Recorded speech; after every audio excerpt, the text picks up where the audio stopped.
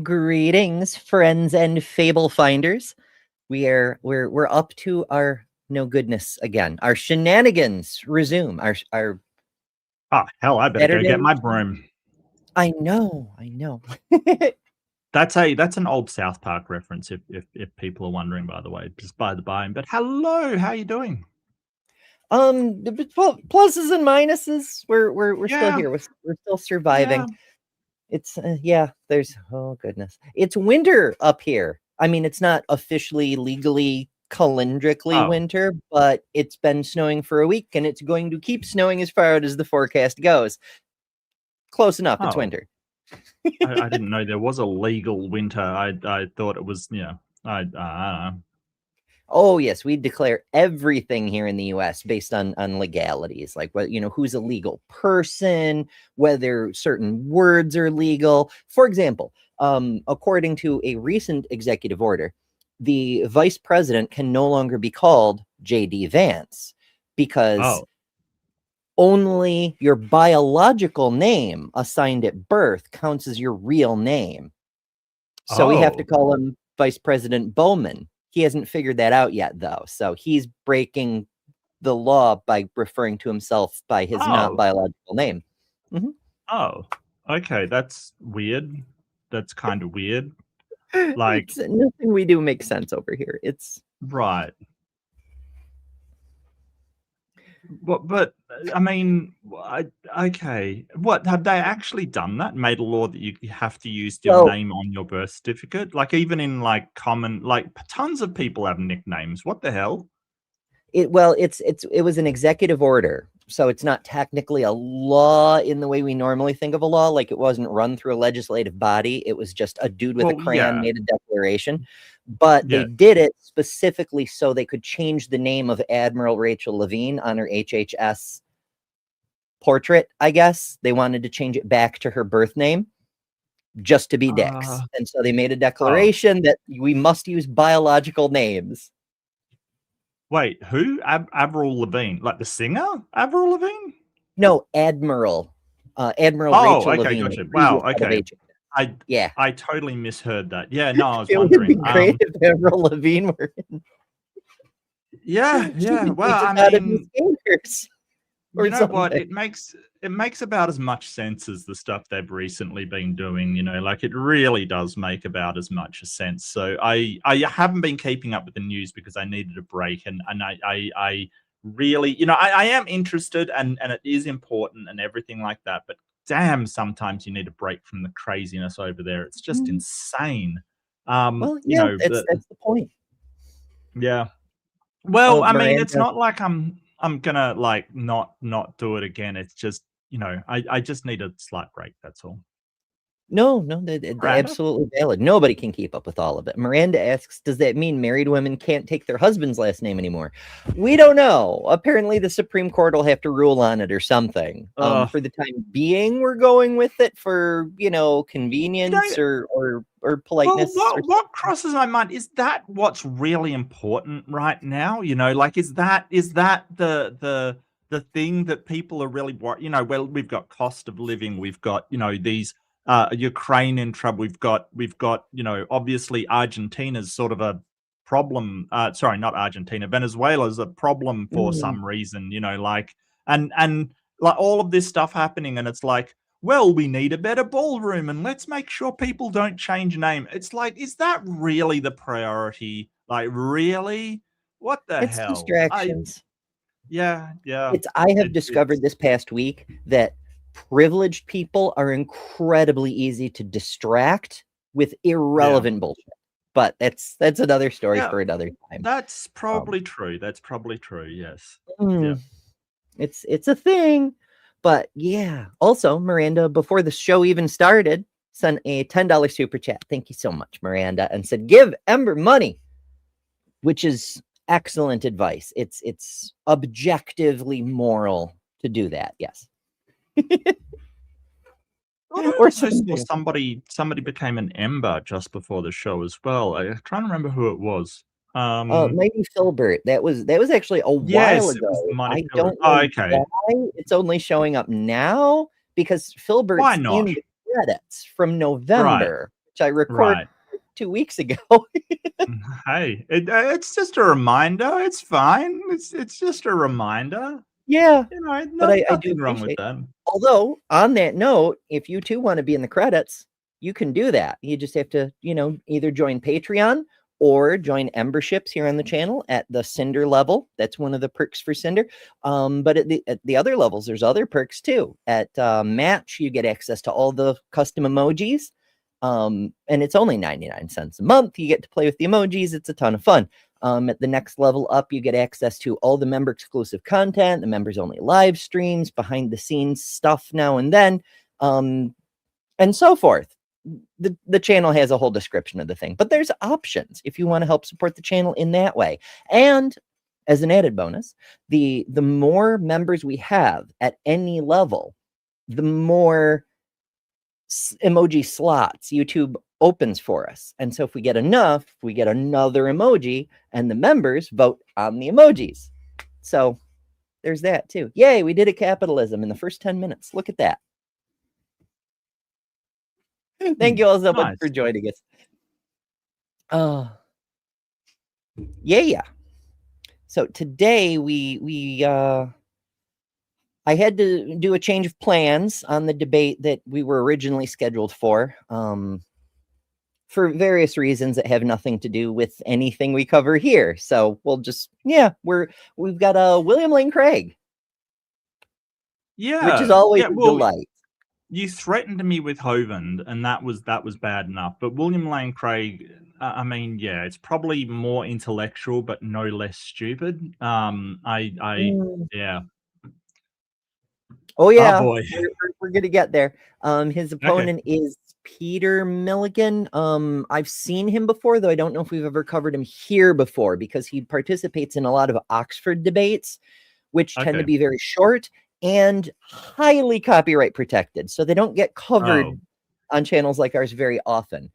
So you may not have seen him before, but you may have. I don't know. But he's representing the non-believer side, and yeah, fun stuff. Craig, of course, is a frequent. Well, he debates a lot. It's like one of the two things he does. He writes books, he debates. That's true.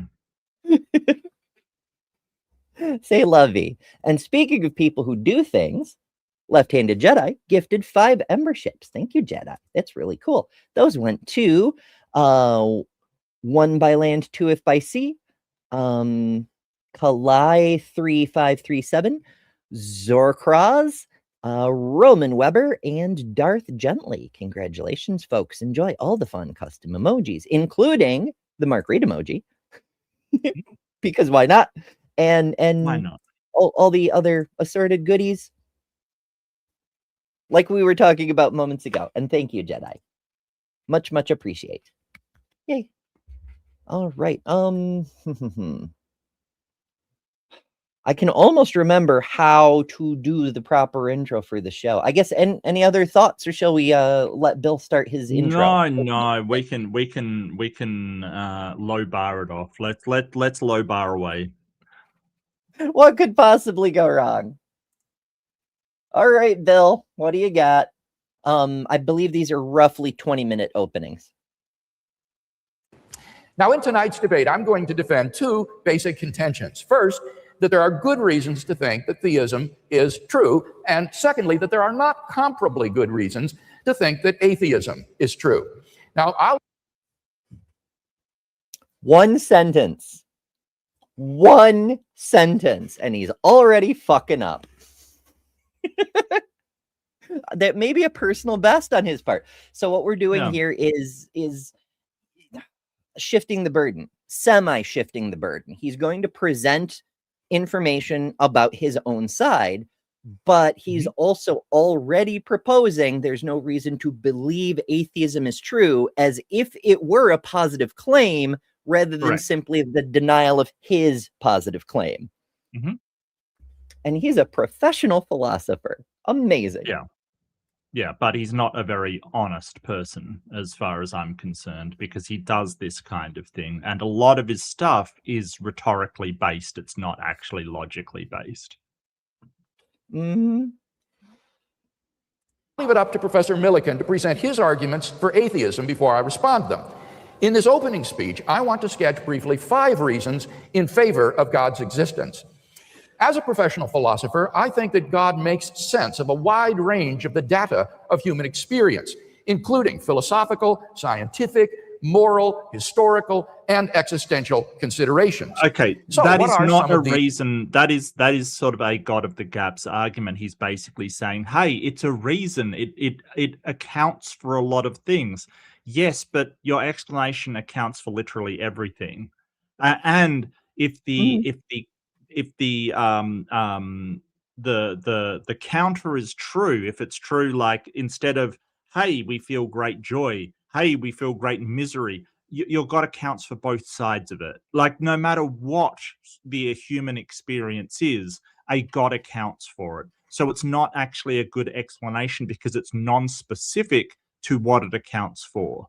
The experience of humans could be completely different. Your God would still account for it because it literally accounts for everything. It is a band-aid. It is a catch-all for anything. It's like, so basically what he's doing right now is look at the trees. He's basically saying, hey, Mhm. there are things about the human condition that are inexplicable. A God accounts for them. No, you need positive evidence to provide a reason why. That, and only like a magical penguin accounts for all of them as well. We Right. do love magical penguins. Well, that's the thing. Like literally, if your God can do anything, then it accounts for everything and then is an explanation for nothing. Yeah, quite so. I'd also like to point out he does another trick, and he's starting to do this juggling act he does, but it'll get worse really fast, where he's changing around whether he's talking about theism or specific religions or Christianity in particular. He will treat them as if they're all the same thing, but he will use whichever one logically fits into the sentence he's uttering. So he might say, based on these arguments, theism is more likely. And then he'll turn around and say, and therefore the resurrection of Jesus is true. He'll just switch them. You gotta watch. He's like a fucking stage magician. You gotta watch him closely. data? Well, number one, the origin of the universe. Have you ever asked yourself where the universe came from? Why anything at all exists? Well, typically atheists have said that the universe is just eternal and uncaused. But there are good reasons, both philosophical and scientific, which call that assumption into question. Philosophically, the idea of an infinite past is very problematic. If the universe We hear this a lot, as I Yes. have noted on more than one occasion. Mm. Whenever we run into a model or a hypothesis or whatever, and there's an infinity in it, it doesn't mean something magic is involved. It means we're looking at it from the wrong perspective. We're missing a piece of the puzzle, or we need to turn the thing around, or something like that. It never means it's fucking magic. Yeah. And this is God of the gaps. And this is sort of infinite regression. There's nothing in physics preventing infinite regression. And that's the whole point. We're sort of saying, hey, we don't know if there was a beginning to the universe. But when you get into the start of the universe, and he encountered this problem against Sean Carroll, actually, he wanted to start about talk about the origin of the universe and got absolutely slapped down by a physicist. We don't know whether the universe is eternal, whether it was in an atemporal state, like a state without time. If it wasn't a state without time, they're not saying it was in the past infinitely. They're saying that the past didn't exist at all. And it could have been in that state for, well, no time at all, because time didn't exist. So what's before the universe is a really dumb question, because like the universe formed and space-time formed. So no, what was there before time? That question doesn't make sense. Yeah, it hurts my head that it even gets formulated that way, because one of the ways that I understand the expansion of the universe is that based on Einstein's math, we can figure things as time and space being the same thing, mathematically speaking. And so if the space of the universe is expanding, which seems to be the case based on observational evidence, then the time part of the universe is also expanding. It has to be. And behold, we observe time expanding. We are constantly moving 1 second per second further away from the Big Bang. So when we wind that backwards, we get to 0 seconds away from the Big Bang and the time dimension stops meaning anything. And I don't get how people like Craig don't get that. It's almost he's like a philosopher. I don't know. It's frustrating because he's a philosopher, so he thinks as time as a linear thing that is always like 1 second is always 1 second. It's this linear, static thing that is this like almost a background tune to the universe, right? Like things happen at a set progression. Whereas, like when you actually get into physics, you start going, well, 1 second isn't 1 second over there. Right, that's only 30 milliseconds over there, because that's moving and through space-time at a different rate than what there's all these other things concerning it and the way that it so what was that quote? It was like time tells space how to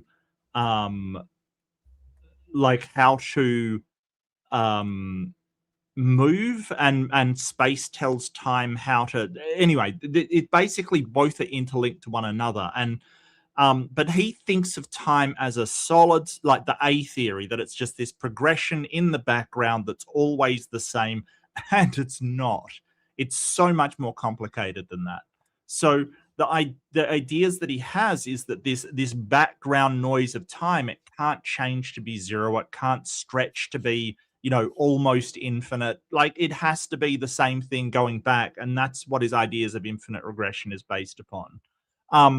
He just doesn't have a good working knowledge of what we actually think time is. So when he starts to go, oh, they think it was eternal, we're not thinking in terms of your sort of Bible and God, has a wristwatch and is like, oh, well, this is the time. No. There you go. Yes, matter tells space how to bend, space tells matter how to move. Neat. Oh, yeah, you could be right. That could be the quote, yes. But I thought time was in there somewhere, maybe. I could be wrong. I came across a different version that says time tells space how to move, matter tells space how to curve. That sounds correct, yes. But there could be more than one version.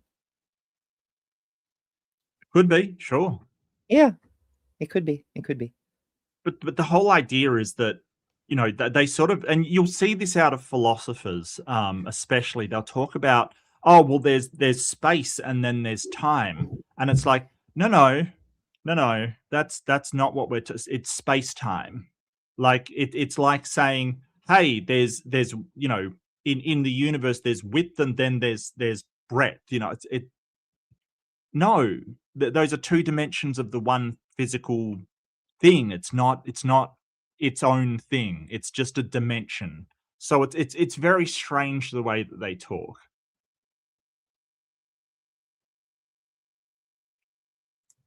Oh, okay. There was a little thing next to my name, and I'm like, what is going on?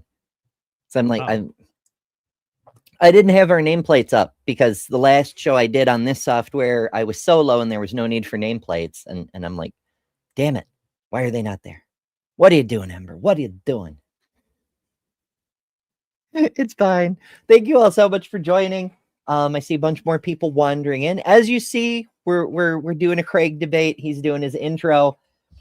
It's already fascinating. But yeah, if you're watching in the future, hello, future people. Do take a second, hit the subscribe button, and join us for future shows. We do this every weekend. Every other weekend we're here, and on the other weekend we're over at Mark's, which is linked in the description. There's a whole playlist of past episodes, and we'd love to see you in a future one. So yeah. Never had a beginning. That means that the number of past events in the history of the universe is infinite. But the real existence of an actually infinite number of things leads to metaphysical absurdities. No, it leads to your inability to comprehend things. That's like saying, well, if one event happened before the other, you can split it up into infinite time periods before that earlier part, right? So you can, if you can split in half and then half and half and half and half again, you can do that infinitely. Therefore, 1 second never follows another, right? Like it's just this misunderstanding of philosophy, and that was something that the ancient Greek philosophers grappled with, like Zeno's paradox, basically. Like if you shoot an arrow at a tortoise, the arrow will move very fast and the tortoise will move a bit, but if you keep breaking it down, the arrow will never reach the tortoise. Well, that's great, but back here in the real world, we're having tortoise soup. Like seriously, like it's just this failure to understand that is not how the universe is actually made. So when he's saying, hey, if there's infinite a number of things going back in the past, yes, but if it's atemporal, it is an eternal state because there is no time, but there is not infinite instances of things happening. Like you are just misunderstanding. And, granted, he's not a scientist. He's not an astrophysicist. He doesn't understand cosmogony. But this is the problem that philosophers get into. They will take their own sort of internal axioms and their own understanding of events rather than listen to people who study these things. Like he's just going on, like this is sort of what the ancient Greeks believed. It's time to update your knowledge, sir. In many ways, the ancient Greeks were more advanced than Bill, because part of what was different between a sophist and a philosopher was a philosopher wanted to learn as much as he could about as many other things as he could so that he could reason better with the best information available. Whereas Bill's doing the other thing and saying, I want to speak, and never mind if I don't know that of which I speak. It's it's sophistry. That's what the sophists did, is they ran around and talked things. Yeah. For example, suppose you had an infinite number of coins, numbered 1, 2, 3, and so on to infinity. How do you number them, Bill? You're the absurdity. So you mentioned Zeno's paradox, and what's funny about that is there are multiple paradoxes that Zeno wrote. Some of them, like the one that Bill's describing a version of now, were meant to illustrate the absurdity of arguing infinities as a way to disprove reality, apparently. Like the laying out the argument itself leads you to absurdities. Of course, you can't solve the argument. The argument is the absurdity. Bill doesn't realize he's debunking himself. Yeah, and so Zeno's paradox is just, I mean, it's just an illusion. It's just basically, we know that sort of an infinite amount of steps broken down can make a finite number. It's just, I don't know why he uses such old argument. I mean, this is a guy that still uses Pascal's wager as an argument, though, so it's hardly surprising. But wow, like seriously, it's pretty rough. But what's somewhat more soothing compared to Bill's broken-ass arguments is a super chat from Left-Handed Jedi. Thank you, Jedi, who sends us $2 and says Bill graduated from old MSU making stuff up. I've never looked at his doctoral thesis. I bet it would be fascinating. I'm guessing it's exactly the same as his arguments in debate. I'm really guessing it'll be the same thing. Maybe. I don't know. Maybe he used to be like a real philosopher. William Lane Craig's central thesis revolves around the Kalam cosmological argument. Right. We knew that because he's mentioned it in other debates. He was like, my dissertation was about my variant of the Kalam. Yep. Duh, It's Ember. exactly the same as his favorite argument that he brings up. So yeah. Oh my Where he goodness. basically takes the Kalam, which doesn't mention God in the premises or the conclusion, right? Which is the Mhm. original Kalam. He adds a whole bunch of stuff to it, like, oh, it's got to be spaceless, timeless, personal for some reason. All of these really tenuous sort of modifiers onto it, and then says, there, I've proved it was God. Oh, that was his philosophy one, I believe. Yeah. Does he have a PhD in theology? I don't know. Let's see. Bill. Well, I should make it proper. William Lane Craig, PhD in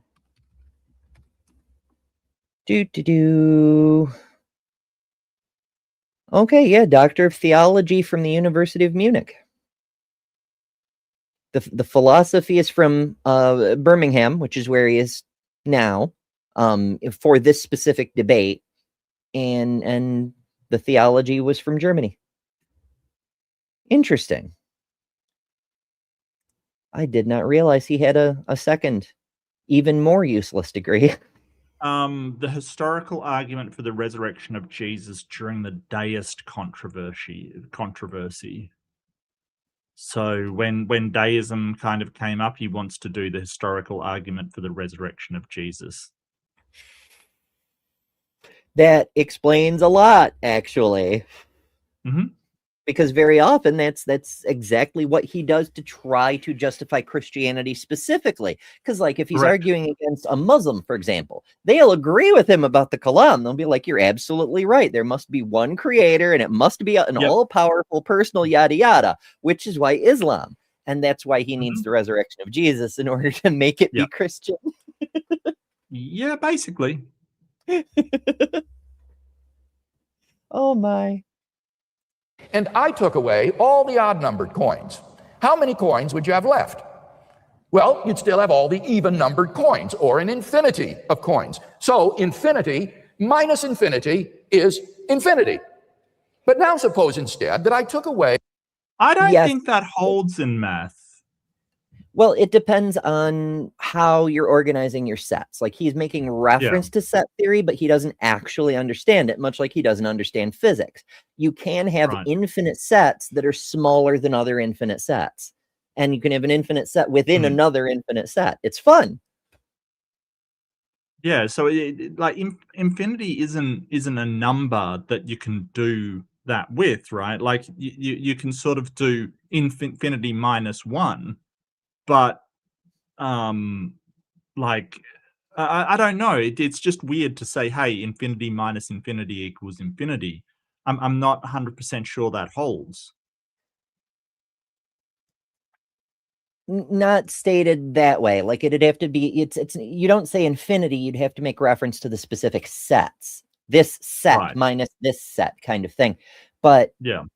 he's phrasing it that way. Like you said earlier, his whole thing is rhetorical rather than philosophical per se. It's not logical. If you want to get into it, as Leo points out, infinity is a number in transfinite arithmetic. But for most practical purposes, it's a concept, not a number. You can't just throw numbers at it and hope to have any effect. Yeah. Infinity over 2, yes. all of the coins numbered greater than 3. Now how many coins would you have left? 3. So infinity minus infinity is 3. In each case, I took away an identical number of coins from an identical number of... And that's a mistake. They're not an identical number, even though they're infinite, because he doesn't understand set theory. Obviously, every coin larger than 3, if numbered, even though numbering doesn't make any fucking sense, is always going to be larger than half of the coins. His PhD should be revoked, folks. This is awful fucking logic. coins and came up with contradictory results. In fact, you can subtract infinity from infinity and get any answer from 0 to infinity. For this reason, inverse operations like subtraction and division are simply prohibited in transfinite arithmetic. But not exactly, but again, you can't just throw numbers at infinity and hope you get a result that makes sense, because that's not how that works. The real world, no such convention has any sway. Obviously, you can give away whatever coins you wish. This and many other examples suggest that infinity is just an idea in your mind, not something that exists in reality. Yes. Wow, we're getting somewhere. Then Bill, why are you referencing it? True.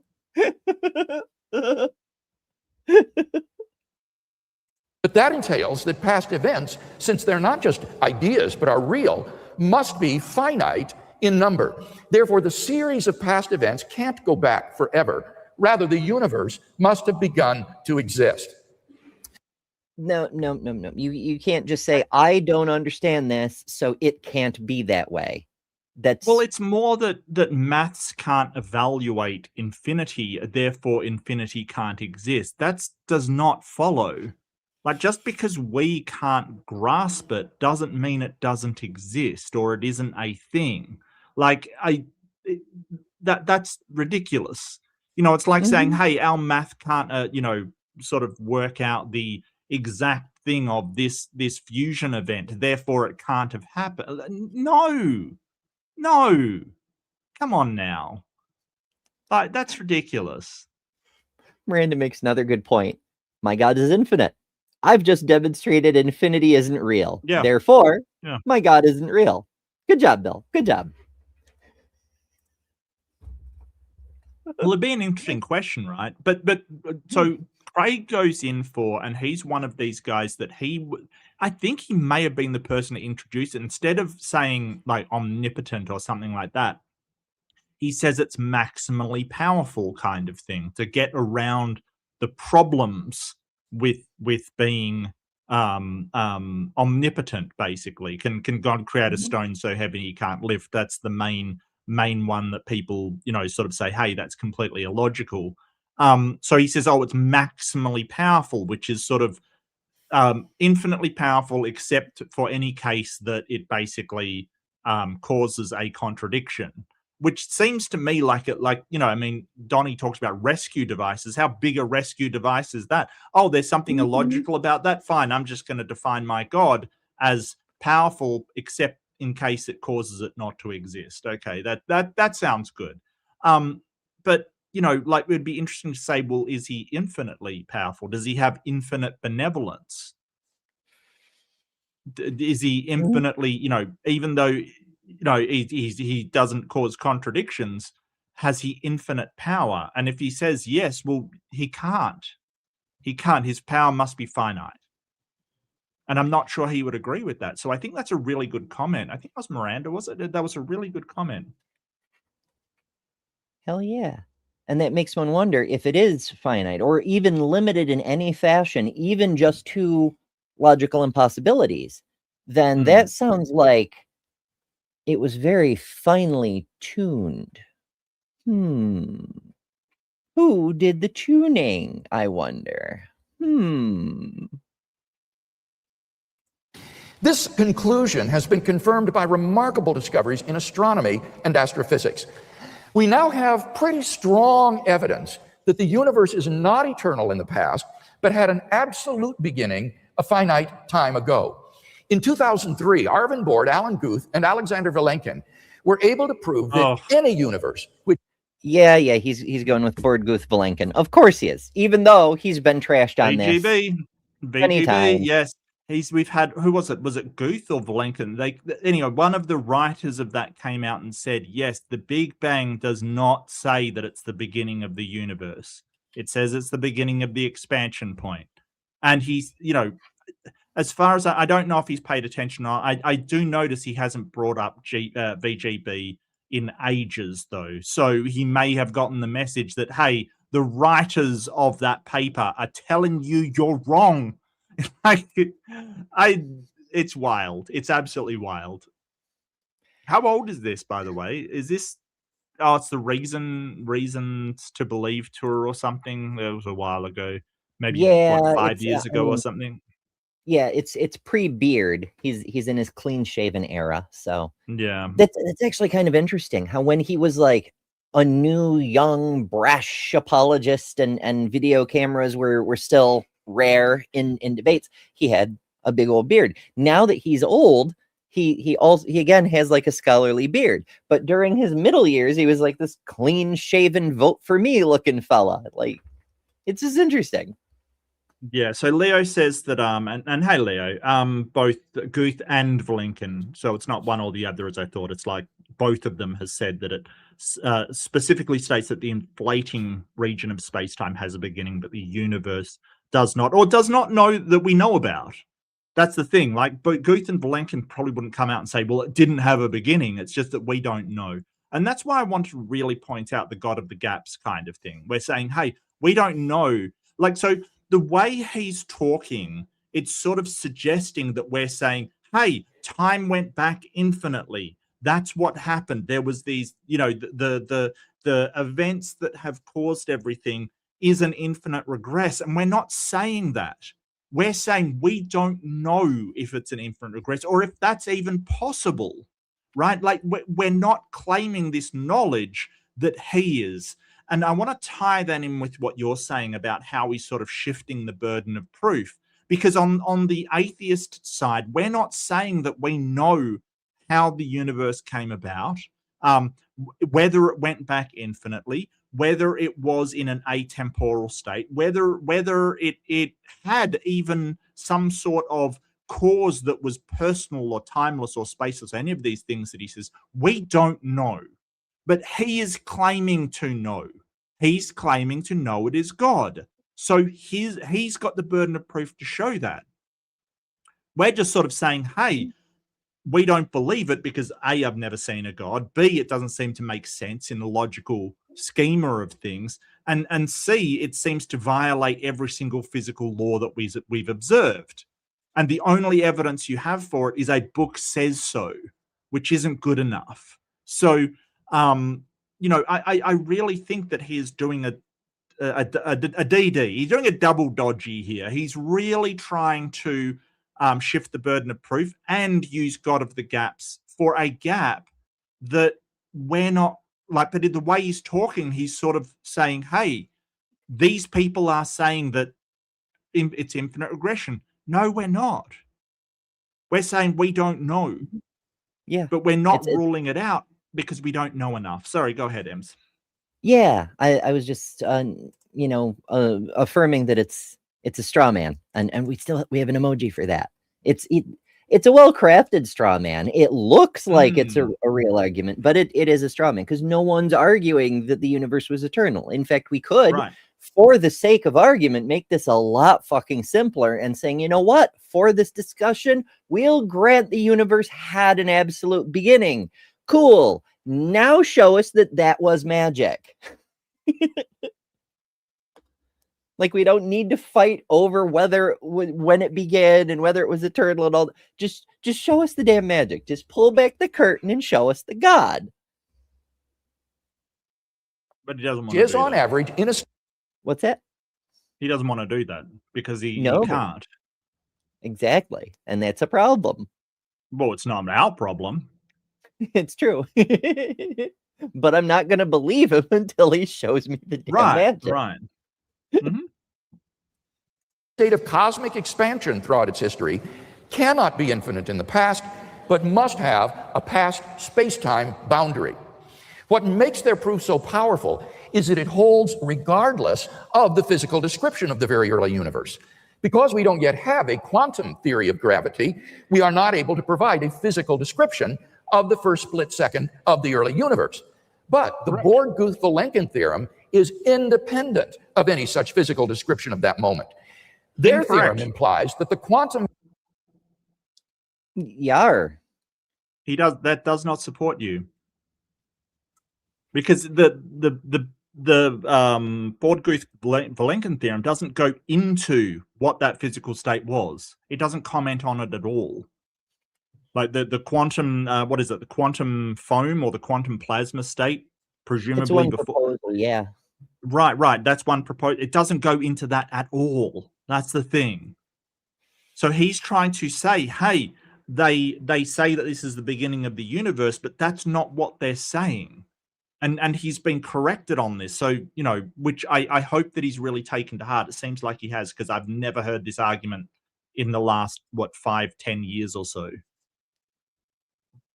Oh, not by him, by other people, sure. Because, you know, heaven forfend that an apologist would come out and say, hey, I've been corrected on this. I was wrong on this point.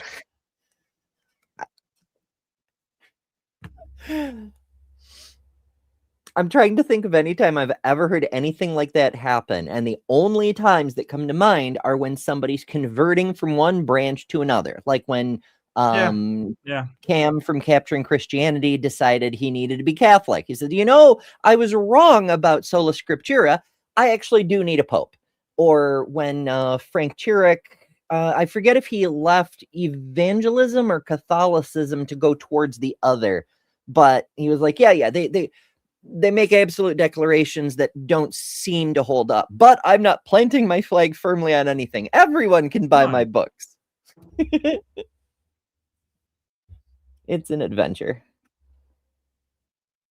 Vacuum state of the early universe, which some popularizers have misleadingly and inaccurately characterized as nothing, cannot be eternal in the past, but must have had an absolute beginning. Even if our universe is just a tiny part of a so-called multiverse composed of many universes, their theorem requires that the multiverse itself must have a beginning. Now, of course, Okay. Not necessarily. Like, you have cyclic models where the end of one universe creates another, and loops back round to the start. Like walking around the Earth, right? Like, so, the Earth isn't infinite in size, but you can take an infinite path of travel over the face of the Earth. You can just keep going round in a circle, right? Round and round and round and round and round. That's a cyclic journey, right? Like, eventually you're going to retread old steps, but it is cyclic. Now, am I saying that it is? No, absolutely not, right? Like, I'm saying that is one model that would make it eternal into the past, however you want to define that, but also finite in size, because it would loop back to itself. It would also be a crazy interpretation of how time and how our lives are meaningful if we're looped back to where we began. Your time loops back to where it originally was, but who knows? Nobody is claiming to have certainty except for the theists. They're saying they know. So it's time to hold their feet to the fire and say, hey, we're saying we don't know. You say you do know. It's time to put up or shut up. Like, where is your evidence that this God is actually real? But, Craig's a philosopher. All he's got is arguments. All he's got is sort of these. But he's really trying to sort of say, hey, it's impossible for any other model to be true except mine, right? Use a deductive argument, but he isn't addressing all of the models. He's just saying, hey, one doesn't work because of my failure to understand math and my failure to understand cosmogony. Yeah. I really like the surface of the Earth as a limited but infinite thing, because we could break that Craig's argument down by saying he's effectively proposing that the Earth can't be a sphere. It can't have a circular circumference, because it makes no sense to say you can just keep going around and around. There must be one point where there was an absolute first step, and there's nothing before that. And therefore, because there must have been an absolute first step, we can deduce from that it must have come from a timeless, spaceless, absolute personal magic butterfly. Right. Why not? If we're making shit up, let's just go hog wild. Yeah, absolutely. The undead carpenter ghost who wants to live inside you. Oh, goodness. Really speculative scenarios like loop quantum gravity models, string models, even closed time-like curves have been proposed. It's amazing that he throws out terms after showing how little he understands about cosmology. He just throws out terms. You know, Mr. Deity, Brian Dalton, has done a few of his Wave the Mister episodes about the way Craig talks, and they're quite amusing. It seems like every time he comes across a multisyllabic term, he incorporates it into his thing, whether he understands it or not, because it makes him sound smarter. And the problem with doing a deductive argument like Craig's, it doesn't address any model of the universe that we don't know about and have not come up with a hypothesis about. That's the problem with doing deductive things about such an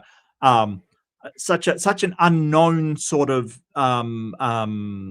subject, right? Like, because you're basically saying, hey, no other model fits, that's why you have to accept mine. The problem comes that what if there's a different model that we haven't thought of, right? What if there's something that's happening that we haven't considered yet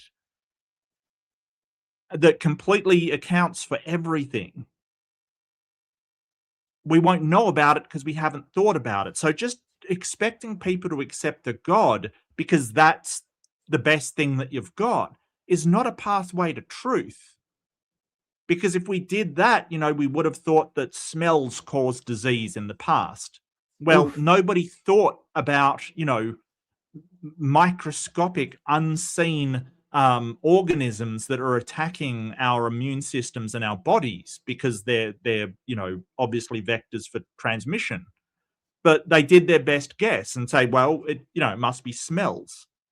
It must be the odor of sick people that's causing this Because thing. you can smell disease, like rotting flesh and whatnot. You're like, oh, I've smelled the disease. Now there's a chance I could catch it.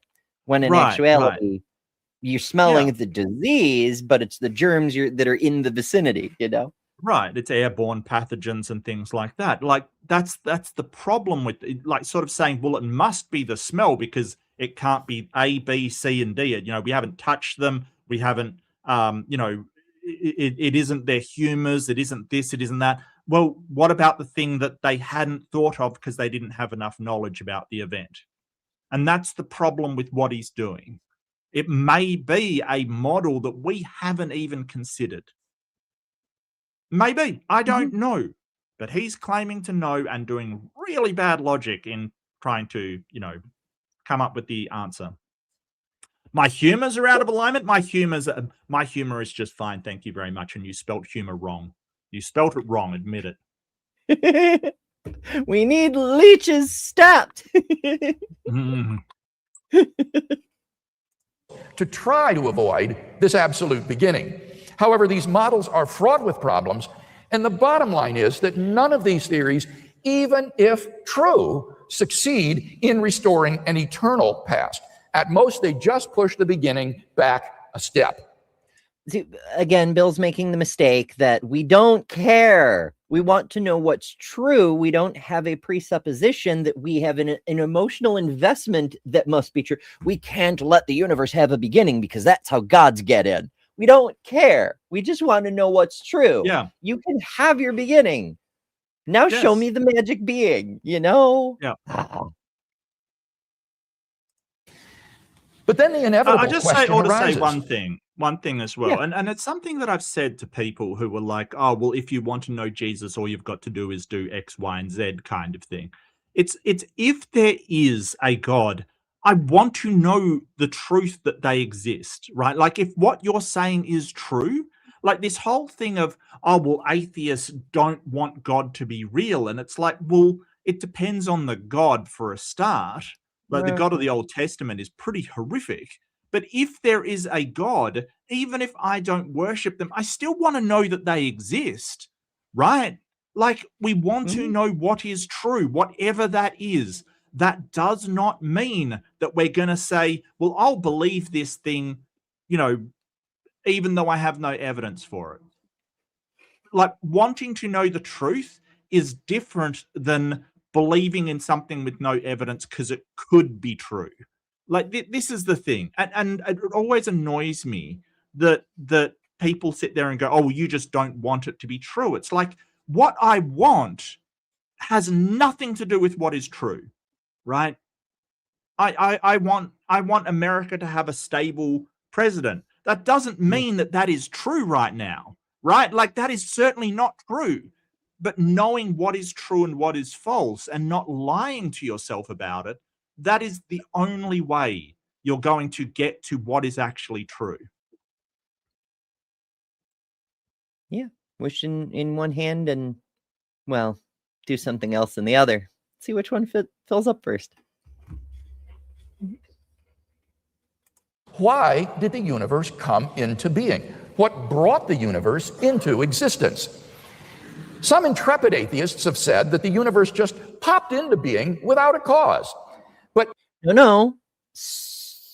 The fact that people may have proposed that does not make them atheists or intrepid. Mm-hmm. These are unrelated things. Many theists have made this proposal. Right. In fact, Bill is making that proposal right now. Effectively, like he's saying the cause was God, but there's no mechanism for how the popping into existence happened. It was just, there it is, for no reason. Surely that's metaphysically impossible. For such a conclusion is, in the words of the philosopher of science, Bahnhof Kanitscheider, in head-on collision with the most successful ontological commitment in the history of science, namely the metaphysical principle that out of nothing, nothing comes. And that's not what anybody is saying. That's not what anybody is saying. That's the thing. Like, this is just a straw man. That is all it is. It's basically saying nothing can come from nothing. Well, yeah, but when you know, and I do, like some mentioned Lawrence Krauss in the chat. I have doubts about Lawrence Krauss. I certainly do blame him for his book title, which was A Universe from Nothing, which sort of started this entire debacle off. In his defense, he was not talking of nothing as being the philosophical concept of no thing. He was talking about a concept in physics of no matter, no energy, no space. Right. So he's not talking about literally, like, philosophically no thing, like an absence of anything. He was talking about a quantum state where there wasn't any thing in physics, i.e. energy, matter, or space. So, like, this is just a straw man by Craig. Because nobody's saying that.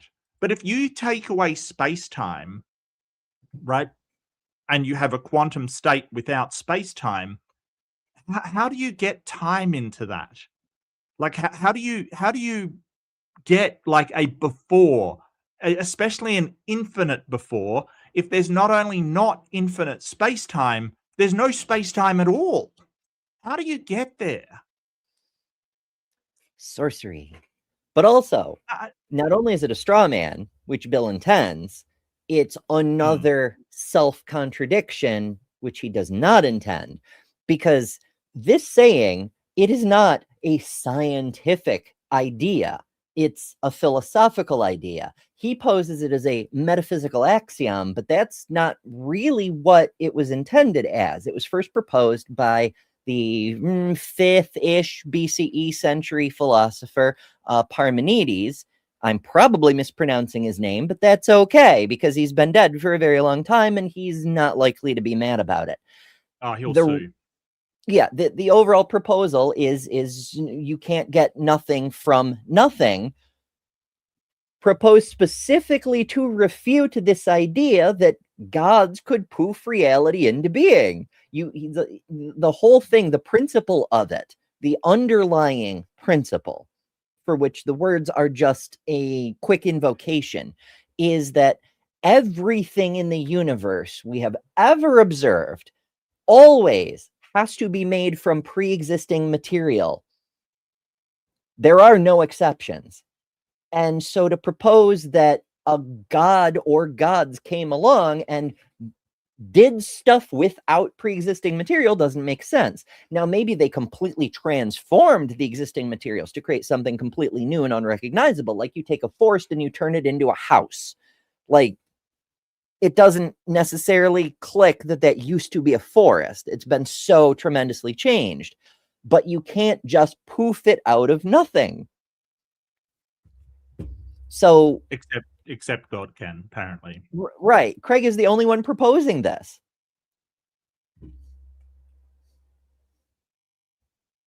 So, why does the universe exist instead of just nothing? Where did it come from? There must have been a transcendent cause. No, this is a huge non sequitur. I mean, to ask why isn't there nothing is itself an incoherent, malformed question. It doesn't make any damn sense. It hurts my head ever so much. But also to say I can't explain a thing that I have deliberately twisted to the point it's incoherent, therefore a transcendent being must... What a jump. Yeah. Which brought the universe into being. We can summarize our argument thus far as follows. 1, the universe began to exist. 2, if the universe began to exist, then the universe has a transcendent cause. 3, therefore, the universe has a transcendent cause. Yeah, I don't know if number 1 is actually true, if the universe began to exist. I don't know that's true. I'm pretty sure it's not, based on everything else we know, both scientifically and logically. But even if we grant that, the rest doesn't follow. Premise 2 does not follow from premise 1. Transcendent to what, though?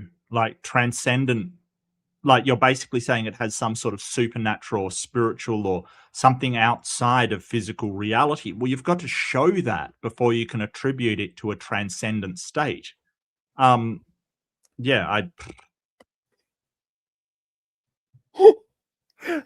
Worship says, and thank you for joining us, by the way. If the Christian religion began to exist, then the Christian religion has a transcendent cause. I believe it's worship, actually, not worship. I thought that's what I said. Maybe it's my accent. I said worship. No, maybe it's my accent. You ever think about that? Can't rule it out. Can't rule it out. You can't prove it isn't. My accent is timeless, spaceless, personal.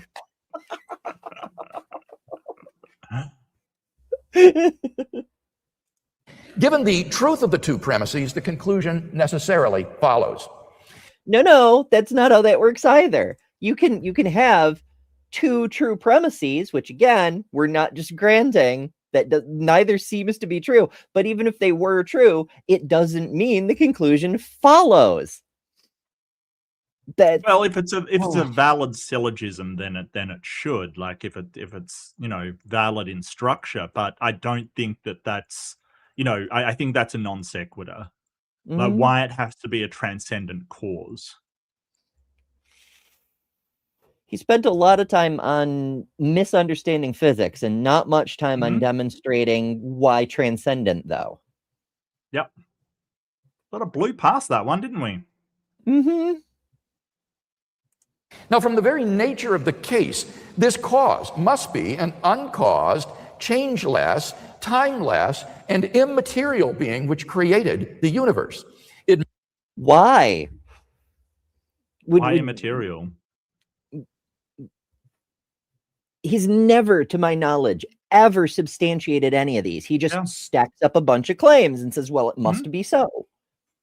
Yeah. How do you know there wasn't because when we talk about space-time, we're talking about the local presentation of space-time. Now, Sean Carroll went into parent and child universes, like events in one space-time are the cause into another. Okay, Bill, well, why can't it be another instantiation of space-time? Why is it timeless?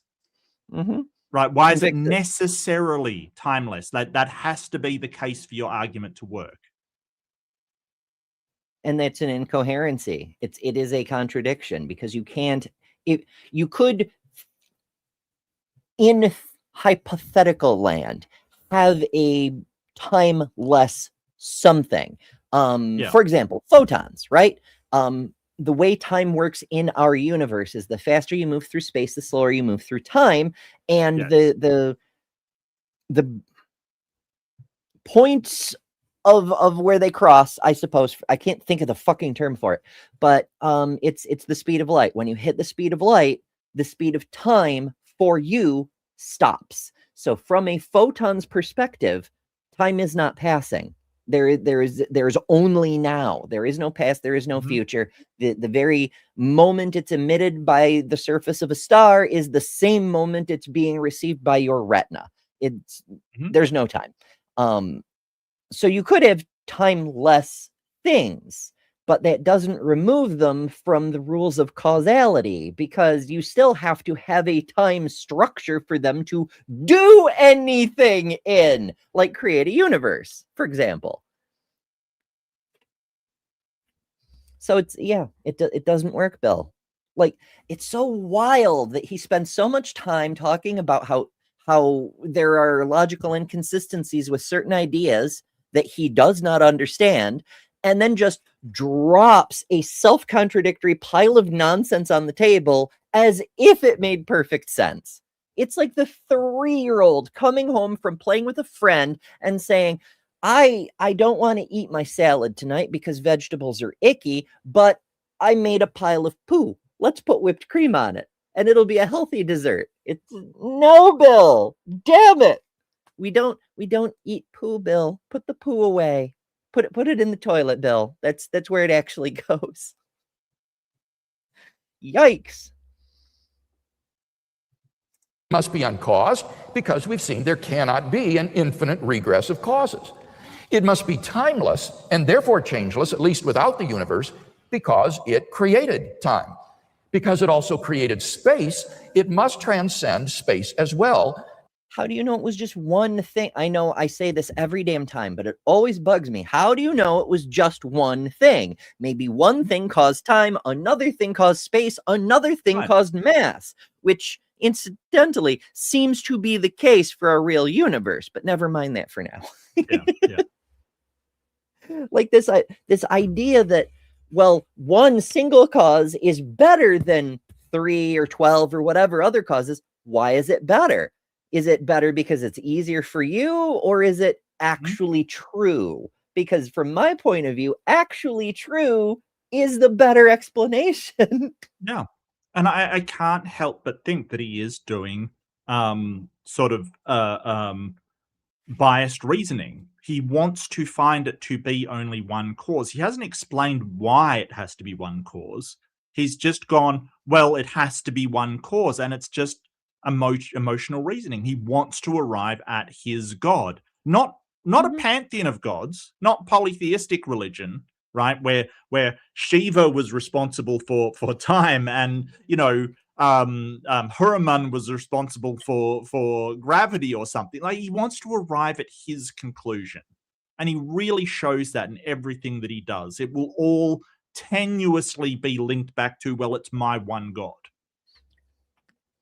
Well, if there's only one chance in a million that this is true. Yeah.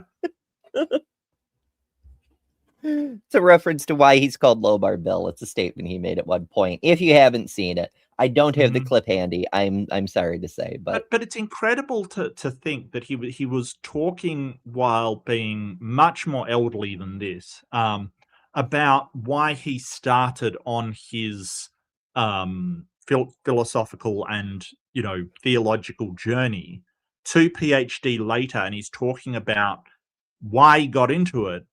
And he's been doing all of this based upon the worst arguments known in theology at all. Like, none of this convinces people. This isn't to convince an atheist that, hey, a God exists. No. This is to convince Christians that they were right all along. That's what this is. Yeah, and reasoning backwards from the conclusion. Yeah, there's a specific name for it, but it's motivated reasoning. And motivated reasoning. Yeah, it's very, very bad, and therefore be immaterial, not physical. Now, there are only two possible candidates that could possibly fit such a description: either an abstract object like a number, or else an unembodied mind or consciousness.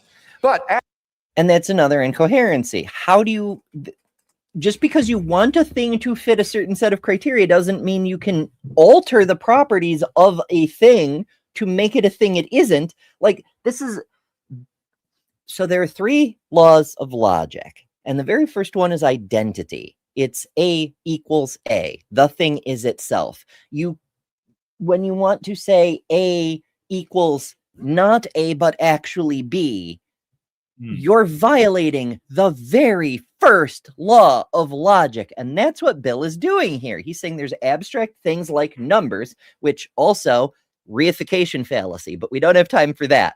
But then he's saying, here's the thing we understand. What if it were that thing, but also not that thing and was actually something else?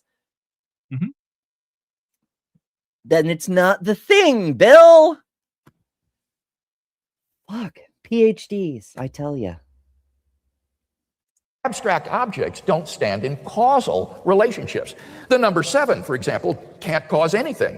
And therefore, it follows logically that the transcendent cause of the universe is an unembodied mind. And also, this hurts my head so much because it's so many layers of stupid. Like, proposing a thing that doesn't exist and is incoherent, and I do agree, Bill's concept of a god is incoherent, so I'm with Bill on that much. But proposing an incoherent alternative to a non-explanation is like the most false of false dichotomies. You're saying, well, it's not the thing that it isn't, so it must be this other thing that doesn't exist. Right. So it's almost like another god of the gaps. He's basically bringing up an explanation that doesn't account for it, like an abstraction, and then basically saying, well, because it's not an abstraction, it must be my God. And it's like, that does not follow. There are a lot of things which aren't abstractions and are also not a God. Like this is like a false dichotomy. You're saying, well, it has to be an abstraction or it's God. But there's tons of things that aren't abstract. It could be me. I'm not an abstraction, and I'm also not a God. Like, what are you talking about? It's wild, right? Like, oh, holy for sure. Crap. It kind of makes me think of, so as many of you know, I very much appreciate Jim Burrows, who you will see occasionally on various shows and programs and whatnot. I've been seeing him for years, but he comes up with some bangers of counter apologetics. And recently he engaged a presuppositionalist who runs through a script. He does the whole thing, yada, yada, yada, necessary being. And Jim goes, I agree. And the person goes, so you'll be a Christian? He goes, no, you're right. There must be a necessary being. It's me. I'm the necessary being. Now prove I'm not. It was the funniest freaking thing I've seen in ages. And this reminds me of it. Is you're just running down this litany of nonsense until you get to a fill in the blank, and you just stick whatever you want in there. Well, it's an old sort of tried and true tactic. It's kind of setting up, setting up a straw man of your opponent and then knocking it down and then saying, hey, mine actually accounts for all of this. Okay. But you haven't, like, this is a deductive argument. It's saying that it must be my God because it can't be any of these other things. And it's like, yeah, but A, nobody's saying it's any of those other things that you've just mentioned. We don't know what it is. That's not us saying it is any of these other things. We just don't know. And B, you haven't accounted for all possibilities. Because with something like the origin of the universe, there's too many possibilities to account for. As I said, it could be something we haven't even thought of. Like, you cannot account for something like that. If there is like sort of a true dichotomy out there, right? Like it's either this person or this, we can do a deductive argument to account for that. But something with that many possibilities, you can't possibly do a deductive argument. What you've got to rely on is inductive, to say, hey, I can show you this thing which shows you that my thing is true. but he doesn't do that. So he's basically just taking away one possibility and then claiming it must be his God. It's absolutely terrible. And this man has a PhD in philosophy. It's bewildering. It really is. It's so bad. It's so bad. Robin Webster's here. Hello, Robin. Lovely to Yeah. see you. And that's what I'm Robin saying. said, Like, no, Robin's 100% correct. Show me an unembodied mind. Show me that can even be a thing. That's exactly. Seeing Robin put it out there, it made a gear click in my head. Just one more stop, and I'm like, why would it even be a mind? That's a very human-centric perspective of things, right? Because there's a lot of things in the universe that do things. Sometimes it's just pure physical processes, like the sun with coronal mass ejections. Sometimes it's other living things, like trees growing limbs all willy-nilly, or phototropics that follow the sun, or whatever the case may be. There's a lot of things that seem to choose to take action within reality that do not have minds in the way we think of them. So why in the world would we presuppose that this outside of time something has a human-like mind? And why in the world would a human-like mind even make sense or work, or how would it work in a timeless state? How does the sun think, Bill? It clearly, it's a very big, powerful thing, so it must have a human-like mind. How absurd. And that's just the sun. He's proposing it for the cause of the fucking cosmos. Yeah.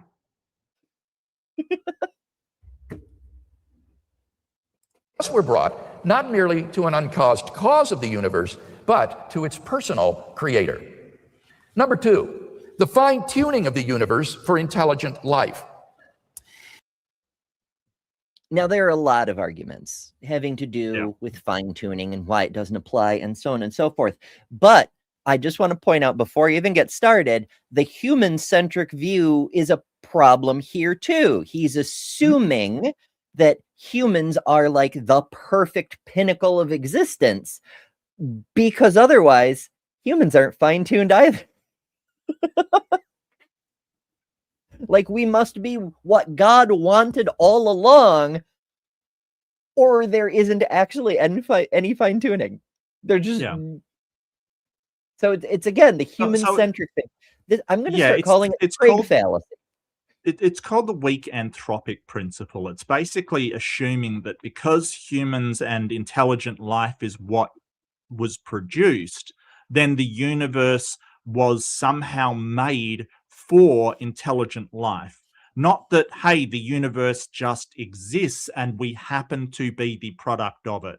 It kind of is a real problem with the way that you're thinking, because most of the universe isn't hospitable to intelligent life at all, right? Like, most of the universe is like vacuum and black holes and, extremely lethal to life environments. Like, it isn't fun. Just because we've managed to get a foothold on one small chunk of dirt in the universe doesn't mean the universe was fine-tuned like that. In fact, it suggests the opposite.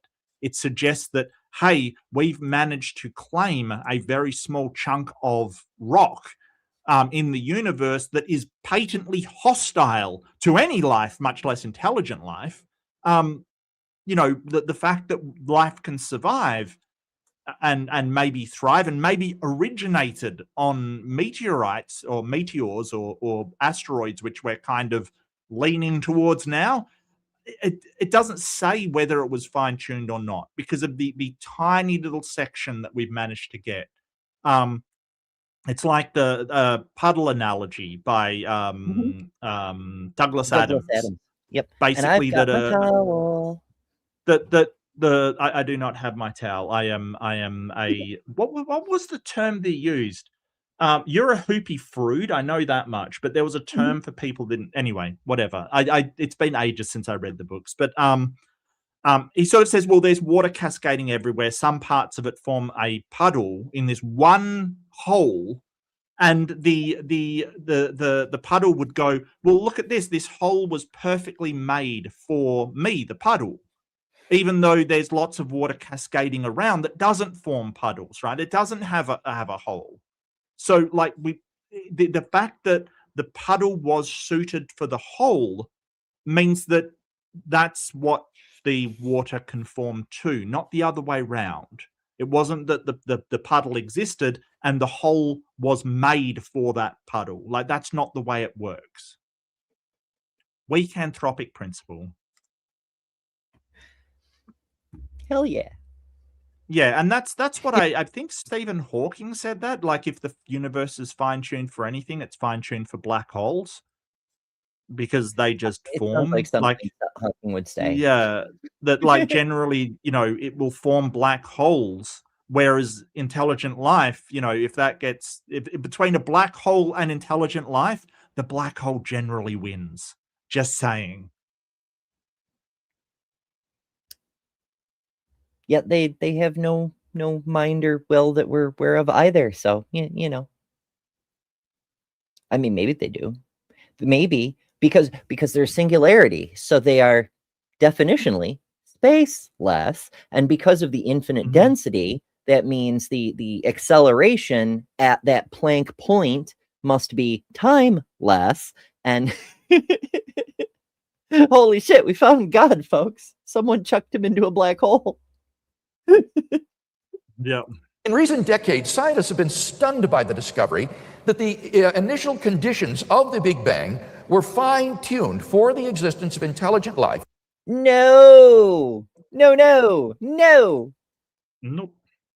That is false. We have not in any way, shape, or form discovered that the properties of the Big Bang were fine-tuned for intelligent life. And for all intents and purposes, what we call intelligent life, again, very human-centered, it's referring to us, appears to be accidental. It's just the way things happen to work. As every video, somebody's first video, so it has to be said, there is nothing indicating that the values of the rules of physics and the properties of atoms and why the speed of light is what it is and why the force of gravity is what it is are even adjustable. They could be inevitable for some reason we don't yet understand, or how much they could be adjusted, or et cetera, et cetera, et cetera. But it's very clear that there is no intention to produce intelligent life, by which he means humans specifically. I mean, if the universe were fine-tuned to produce humans, and for some reason that fine-tuning happened to involve a universe that's full of more black holes than humans, why would it take 14 billion years to produce the humans? Wouldn't it start doing that as soon as it were possible to do that? It's so fucking arrogant and egocentric and whatnot. Like, what if the universe is actually fine-tuned to produce whatever humans turn into, or whatever those turn into in generations and generations and generations down the line, who may make less stupid arguments, perhaps. Yeah, and I mean, physicists have made arguments that the values on these constants could actually be better. Like, for instance, gravity and the strong nuclear force could be tweaked so that stars last a lot longer or produce more heavy elements. Kind of like, there are arguments that, hey, this would actually be better. So, what does that mean? Does that mean that God did a worse job than he could have? Like, what does that mean? If the constants could actually be better in our universe? I mean, the universe is constantly expanding with no sign of slowing down. In fact, it's increasing. Is that fine-tuned for intelligent life? Because it doesn't appear so. It seems to be a natural fact of the universe that it just is expanding at an ever-increasing rate. Is heat death fine-tuned for intelligent life? Doesn't appear so. So if you want to claim these things, you have to accept all of the physics we know about the universe. But what you're doing is selectively going, oh, well, things could be a lot worse, therefore it was fine-tuned for me and you. Even though there's some real problems, heat death of the universe seems like a problem. Seems like if it was fine-tuned for humans, then it wouldn't have a heat death. But of course, you're looking at through a lens of, well, before that, we're going to be taken to heaven.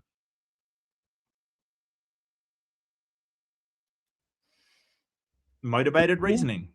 Yeah, that's a great perspective to throw in, because like I'm thinking about the heat death of the universe. Like if the universe was fine-tuned for not even just humans, like any intelligent life in the heat death of the universe, that's the inevitable outcome.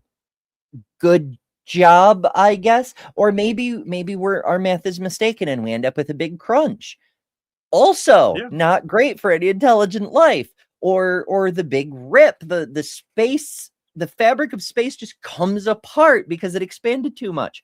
Also, suboptimal out. No matter what happens, it looks like this perfect being who finely tuned the cosmos fucked up his math. Yep. With a delicacy and precision that literally defy human comprehension. This fine-tuning is of two sorts. First, when the laws of nature are... If it defies human comprehension, how do you know about it? How are you talking about it if it defies human... Like, this is the kind of rhetoric that he gets into. Like, this fine-tuning has been done to, like, select things, and the entire thing defies human conception. You've conceived of it and put it into an argument, Craig. That's obviously not true. Like when you start to, like, you know, I mean, I used to think Bill was like one of the best, like he actually is one of the best argument, apologists that they have, which is kind of sad. But you listen for a bit and then you're like, wait a second, that makes no sense in just a sheer narrative that you're talking about. If these constants defy conception, what the hell are you talking about? Yeah, this is weirdly less coherent than Behe's irreducible complexity thing. Yeah. It's almost like at the beginning of a debate, he makes a bet with himself. Maybe he rolls dice or something to get, like, I have to fit in this number of incoherencies. Or maybe every time he does this presentation, he tries to slip in one additional incoherency every time to see just how far he can push the audience before they go, wait a second. I don't know. I mean, it makes me think of L. Ron Hubbard, who... whatever the hell else you want to say about the man, the creator of Scientology, who is also a sci-fi author, there is this this hypothesis that just will not go away, that he made a bet with another sci-fi author to see who could create the most ridiculous cult, like one that was so obviously false no one would ever believe it, and then get people to believe it anyway. And I think he won that bet. Oh, absolutely. Mind you, I sort of have doubts that most of the people in that religion, or at least on the upper echelons of it, actually believe it. So I think it's more about power and control for them. You know, because like once you get up there and you see, you know, the pictures of his dreams with the World War II bomber spaceships, you know, like it just becomes ridiculous. Like, why spaceships would have wings, who knows? Why they're dropping nuclear weapons, based upon, who knows? It's so crazy. Like I've got a funny feeling that the upper sort of echelons of Scientology don't actually believe it, and they just, but it's a good way to control people and have power over them. You know, religion has been doing that for ages, really. It's true. It's true. Actually, that makes me think of, so, we've been on weekdays, we do a morning show on this channel called Hot Topic. It's 11 a.m. Eastern time, Monday through Friday. And this month we've been doing Atheist Advent, which is the secular accomplishments that have led us to the modern age. And we've touched on ancient philosophers and logic several times. And one of the things that's come up more than once was the Pythagoras cult of ancient Greece, like pre-Plato ancient Greece.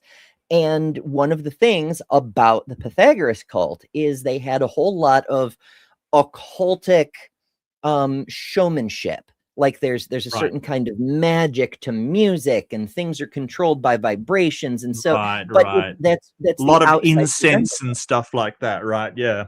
Yeah. But when you get to the Incense and inner light. circle of it, it's all math. It's all just math. It's applied math. And then you make it look cool for the plebs who don't know, you know? Yep. Expressed as mathematical Scientology will probably sue us now. I mean, on the plus side, I want to make it very clear that this is my opinion. I just want to make it very clear that this is my opinion and not to be construed as me stating fact in any way. Thank you. Can't be sued for opinion. So this is all just my opinion, okay? This is opinion. Please don't sue me, Scientology. The opinions of our hosts do not necessarily represent the channel or its position on the subject. Of the staff and management of YouTube Incorporated. Even though we are both literally on the payroll of YouTube.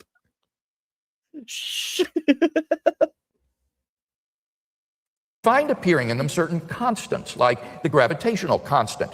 These constants are not determined by the laws of nature.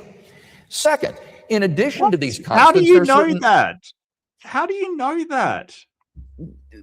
These constants are not governed by the laws of nature?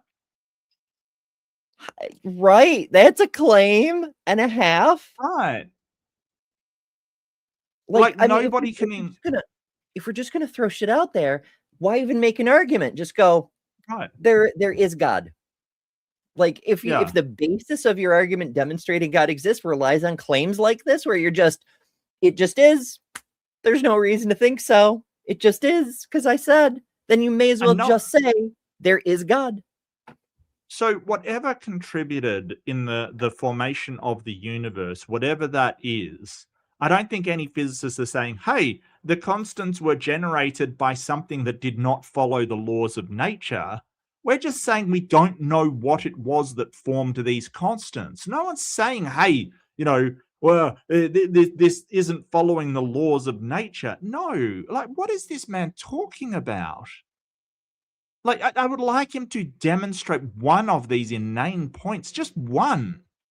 Because, like, he just goes, oh, physicists think this, Goose Blanken board think this, when they don't. Like, the only time he quotes physicists, he's wrong about what they say. It's wild.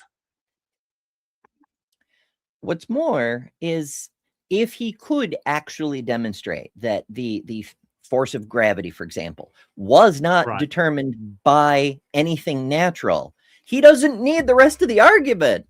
He can just say, look, there's a supernatural thing right here in the determination of the values of maybe all the other forces are natural consequences of this one being set to what it is. But this one, I can show supernatural interference.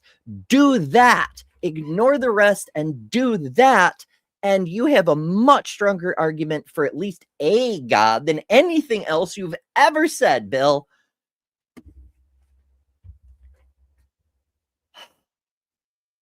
My goodness. This is why they don't let me decide who gets PhDs. Arbitrary quantities, which are just put in as initial conditions on which the laws of nature operate. For example, the amount of entropy in the early universe. Now, all of these constants and quantities. That doesn't make sense. I get that as a non-physicist, he uses entropy to refer to anything that seems to him to be chaotic, but that's not what entropy actually means.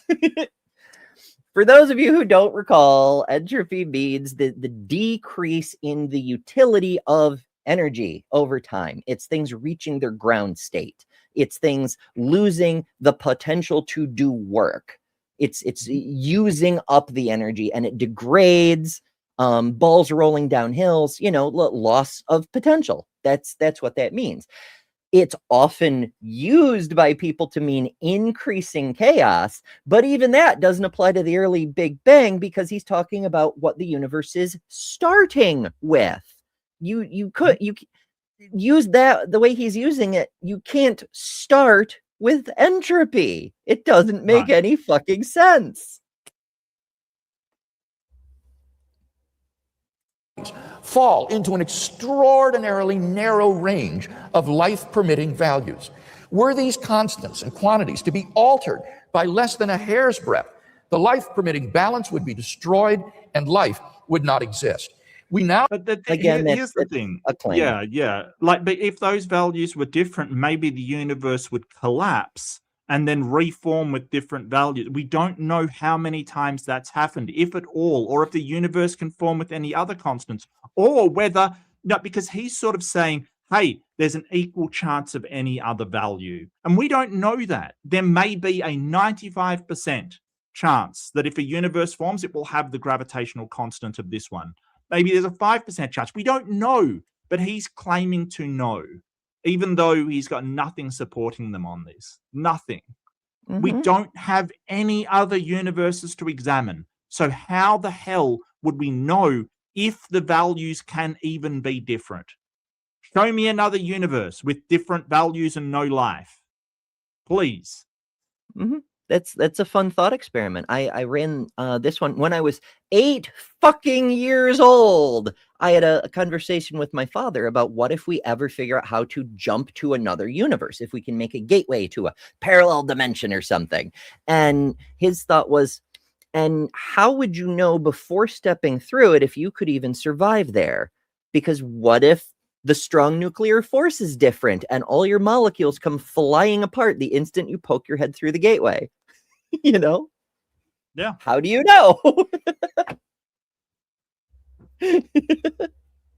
Well, we'd presumably make a window rather than a door first, to view it or somehow evaluate it or something. Look, I'm just trying to solve the problem without it even existing. So, I mean, it would definitely be better than just sticking your head through, but there'd still be a lot of unanswered questions. What we can do Sure. is mathematical modeling. And every time we've tried to mathematically model what happens, we get, like you were saying earlier, basically universes just keep collapsing and collapsing and collapsing until a set of random values emerges that produces a semi-stable universe. Sure. So if that's the case, and again, this is being modeled within our universe using the math that works in our universe, so may not apply to what's outside our universe, if that even makes any sense. But based on what we can model, it seems like a universe like ours is kind of inevitable, because things that don't work collapse before they even exist and something else appears, until you get something that can actually appear. It's fun, kind of, in a weird quantum-y sort of way. I know that life-prohibiting universes are incomprehensibly more probable than any life-permitting universe. Now, there are only 3 possible explanations of this extraordinary fine-tuning: physical necessity, chance, or design. Or the Well- argument's bullshit, but never mind that. Yeah. And when they talk about, they say the universe has the appearance of fine tuning, just like evolution has the appearance of fine tuning. It doesn't. And we've got like 99.9% of species that have been extinct to show that it's not fine tuned. But it's just the universe, we don't have any of the failed ones because we cannot see outside of our own universe. And that's my whole point. But just because something has the appearance of fine tuning doesn't mean it is fine tuned. That does not follow. Also, I want to point out that this is another tactic that apologists use. That you learn this in fucking theology school or seminary or whatever the fuck you go to, is when you have an argument or anything that you want to claim that you cannot substantiate, pile a different argument on top of it. Instead of discussing the thing you just claimed, make the discussion about something else, such that the thing you just claimed is assumed to be true. Rather than discuss whether there is fine-tuning, make the discussion about whether that fine-tuning that you're assuming is due to physical necessity, chance, or design. For example, he's shifting the discussion because he can't substantiate the point. Right. By making us talk about whether it's necessity, chance, or design, it's baked in. It's begging the question. It's a circular argument. Yeah. It's assuming the conclusion that the fine tuning itself is obvious. Well, I wonder how Axiomatic, he. you might say. Well, I wonder how he like gets around physical necessity, like because we don't have any other universes to draw upon. Do we know that it's not physical necessity? Like, how does he argue against that? Because we have nothing to tell us the physical state of the universe. If there was even a physical state of the universe upon its sort of, formation, what I'm just bewildered as to how he actually claims to know so much about physical necessity of the universe being in the current state that it's in. Maybe he'll tell us. Maybe. Now, it can't be due to physical necessity because, as we've seen, the constants and quantities are independent of the laws of nature. How do you know that? How do you know? That The constants are the laws of nature. That's what Right, that so means.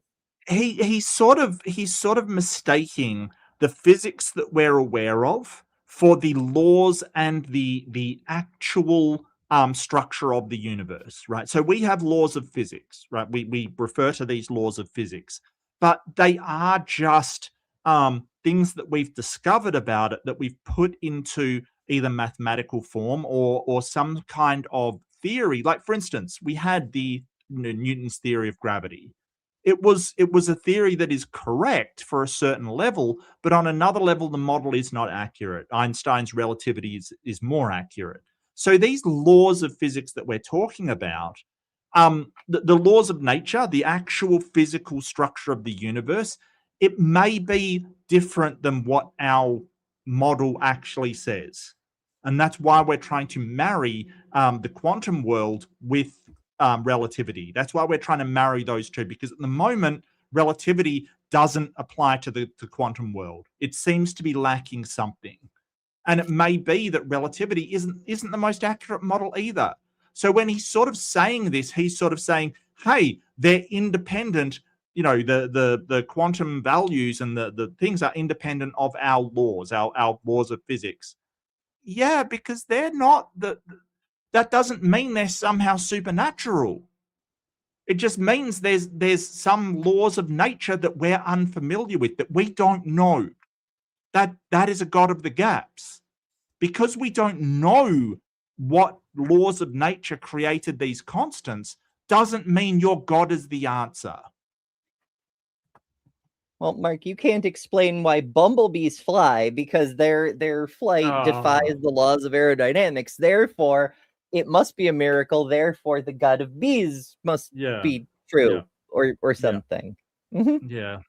Yeah. Is that hive science, the God of bees? Yes, absolutely. It's quite possible. We were doing and by we I mean a bunch of people in the general sense. We're doing our weekly worship services over at Bree's Temple this morning, this morning, because Live from the Hive happens at 10:30 a.m. Eastern time, and so that's our weekly Sabbath thing, and you should totally go join. Today, Bree was extra festive with a Santa outfit. It was pretty fucking cool. So if you haven't seen it, go to Hive Science, check that out because it was neat. I can't help myself. I just randomly plug channels. Why not? So maybe the fine-tuning is due to chance. After all, highly improbable events happen every day. But what serves to distinguish chance events from design is not simply enormous improbability, but also the presence of an independently given pattern to which the event conforms. For example, in the movie Contact, scientists are able to distinguish a signal from outer space from random noise, not just by its improbability, but by its conforming to the pattern of the prime numbers. The fine-tuning of the universe for intelligent life exhibits just that combination of incomprehensible improbability and it doesn't. No, like, why are you referring to a movie as well? Because it's fiction. It's all fiction, and I love it. Wow. Like, seriously, like, no, like, random events that look like they are in a pattern does occur. That does occur. Mm-hmm. Like, there's the thing of a perfect bridge hand, and it's been seen, like, occasionally where everybody has the perfect hand to instantly win the bridge game. Like, it just is a freak probability, and it has occurred even though not enough bridge hands have been played in the history of humanity to actually suggest that should be a probability or a possibility. It is so unlikely, yet it has happened. And we don't know how many times the universe has collapsed within itself. So we don't know how many times it has occurred until this actually happens. But if you're talking about prime numbers, you're talking about a previously established mathematical procession, which the constants are not. They're not. Nobody established them previously saying, hey, these are the constants that we have established would be fine for life. We don't know what other constants would be fine for life because we don't have another universe. My guy, this is the worst argument because the prime numbers exist in a form. I'm going to assume that the constants are like prime numbers, and then assume that it couldn't have been probability that caused them to happen somehow. Well, If a universe required prime numbers to form and it kept trying to form and failed, eventually it would form with prime numbers. You moron. I'm sorry, this is ridiculous. This is actually a testable hypothesis. I know Bill thinks it's unfalsifiable bullshit, but this can actually be tested because it turns out there is a relationship between prime numbers. A person won a freaking mathematical medal. I don't think it was the Fields Medal. I think it was a different award, but I can't remember the exact details. But it was in like the late 50s, early 60s, something like that. It was a new application of the zeta function, which is a really old formula that does a whole bunch of things. Basically, he applied it to what's the term for it? It's a certain class of numbers. I want to say solenoids, but that sounds like an engine part. It's not important. The point is, the zeta function not only relates perfectly to the known prime numbers, but has proven predictive power for unknown primes. So you can use it to find primes quickly and easily and accurately if you have a need to. It's a pretty specialized need, but you can do it. So there is a known relationship. The zeta function determines what makes a prime number prime. It's the underlying foundational element of what makes a prime number prime. But remember, reification fallacy, that's the model, not necessarily the reality. Just because it's an explanation that works doesn't mean it's the actual thing, right? You're accounting for something, not explaining it. Yeah. Right. But finding something similar, if Bill does believe that the constants of the universe are equivalent to prime numbers, then he should be able to show something equivalent to the zeta function to show that they're not only directly connected, but there is a demonstrable, testable formula capable of predicting other constants we haven't yet locked down, which we can then test and find them. Right. Mm-hmm. I don't think Bill's going to do that. I don't think he is either. No. I think that if scientists could do that, they would have been doing it. Oh yes, if we could find, because we don't know for sure, there aren't other constants we haven't identified yet. We have no idea what forces may exist in the universe that we simply haven't interacted with strongly enough to get a sense for their very existence. We're still trying to track down something like 7 to 9 compactified spatial dimensions that have been proposed mathematically, but we have no physical demonstration of the existence of. Maybe there's something like time where you don't see them, you measure them in a different way. Maybe mass is Right. one. We don't know. And if we could find these other constants, they would give us some fucking direction for where to look. And Bill seems very unforthcoming, right? He seems to not be very forthcoming, considering that apparently he has a direct line to the all-knowing creator of the universe. And this is what really boggles my mind. You know, the people that are doing this are saying this stuff, but they never actually come up with any kind of, well, here's how to tell what the other constants of the universe, here's how to tell, you know, how to combat this disease. And they're still claiming to have a direct line to the all-knowing master of the universe. Like, why don't you just ask him for that instead of, you know, pleading with him to get you a new car or something? Like, seriously, what are we even doing here? For Just real. ridiculous. I know. But yes, like, I thought Jedi's comment was amazing as well. Yeah. yes. I actually, it crossed my mind as well. Jedi beat me to it.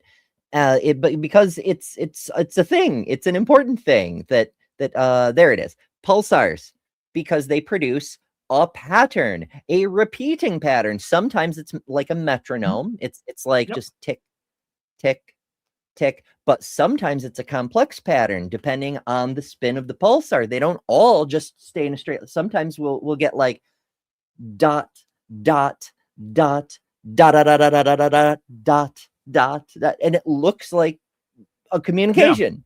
It's just a pulsar. Just a pulsar. And I mean, there have been communications like the WoW signal, for instance, that looks like unlike anything we've ever seen before. But even scientists said, well, we don't know if it's a transmission or not.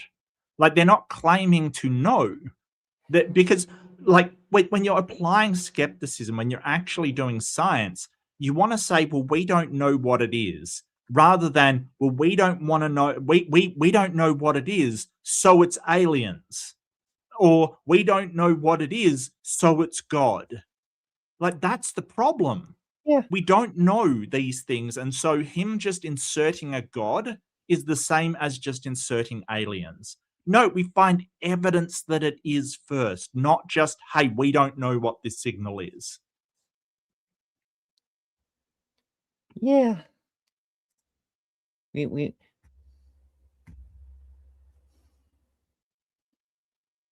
imagine. I'll just let God sent the WoW signal. Yeah. He's got to be almost done. God damn it.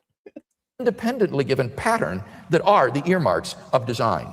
Hence, we have good reason to think that, two, the fine-tuning is not due to either physical necessity or chance, from which we may conclude, therefore, it is due to design. And thus, having reason to think so is not the same as conclusive evidence. Right. Like, this is, it's multiple levels of incredulity and straw men and bullshit. It's every level is getting sloppier and sloppier. For shame, Bill. This is shoddy workmanship. He hasn't shown that it's not physical necessity. He's just claimed, completely baseless claim, that the constants of the universe are not connected to any natural law, and then basically hinged his entire physical necessity on that. Wow. That is really sloppy work. Absolutely. It's a tower of molten cheese. Metaphorically speaking. And that's another thing Bill does, is he confuses metaphor with metaphysics. Yes. Drives me nuts. the fine-tuning of the universe implies the existence of a designer of the cosmos. Number three, the existence of objective moral values and duties in the world. Our first two arguments give us a creator and designer of the universe, but they don't tell us anything about his moral character. How can we know that he is good? My third argument addresses that question. Premise one states, if God did not... It's a data point that points to God is assuming there's a God.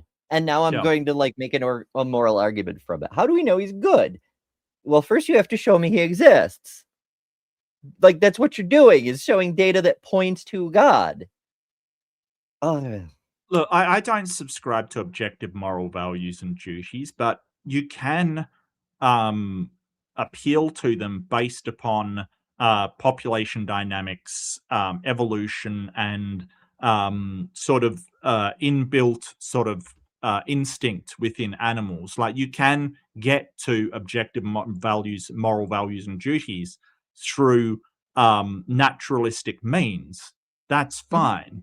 Like I don't think they exist, which, if objective morals and values and duties don't exist in the world, then this blows that argument right out of the water.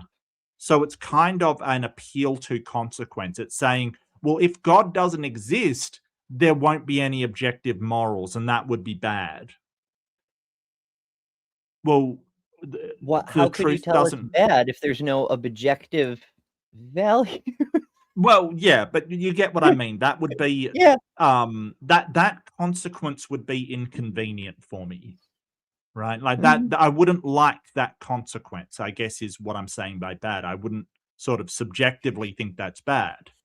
And what is true has nothing to do with whether you find something inconvenient or whether you think that something is bad or not. It's got nothing to do with it. What is true is what is true. If it's inconvenient, if it's terrible for you, if it's awful for you, the universe doesn't care. This is wishful thinking, is what it is. It's, well, I want there to be objective morals, so therefore there are objective morals. Who thinks like this? And we can demonstrate it's false. Like, you can have a righteous man, and an asteroid turns into a meteor, turns into a meteorite, and it boop hits him right in the head, and now he's dead.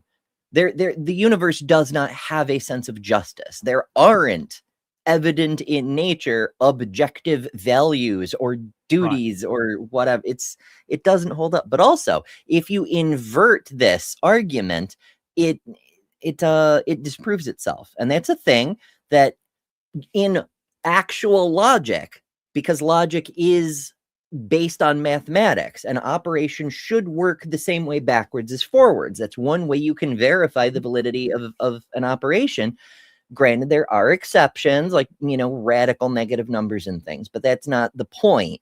If you can turn an argument inside out and it works, then it's like checking your work. It checks out. If you take this argument and turn it inside out, it very much doesn't work. It reminds me of, I think it was Daniel Quinn posed a version of Eden where the gods were looking at humans eating the fruit of knowledge, which only works for gods. It only gives gods the power to know what's good and what's evil.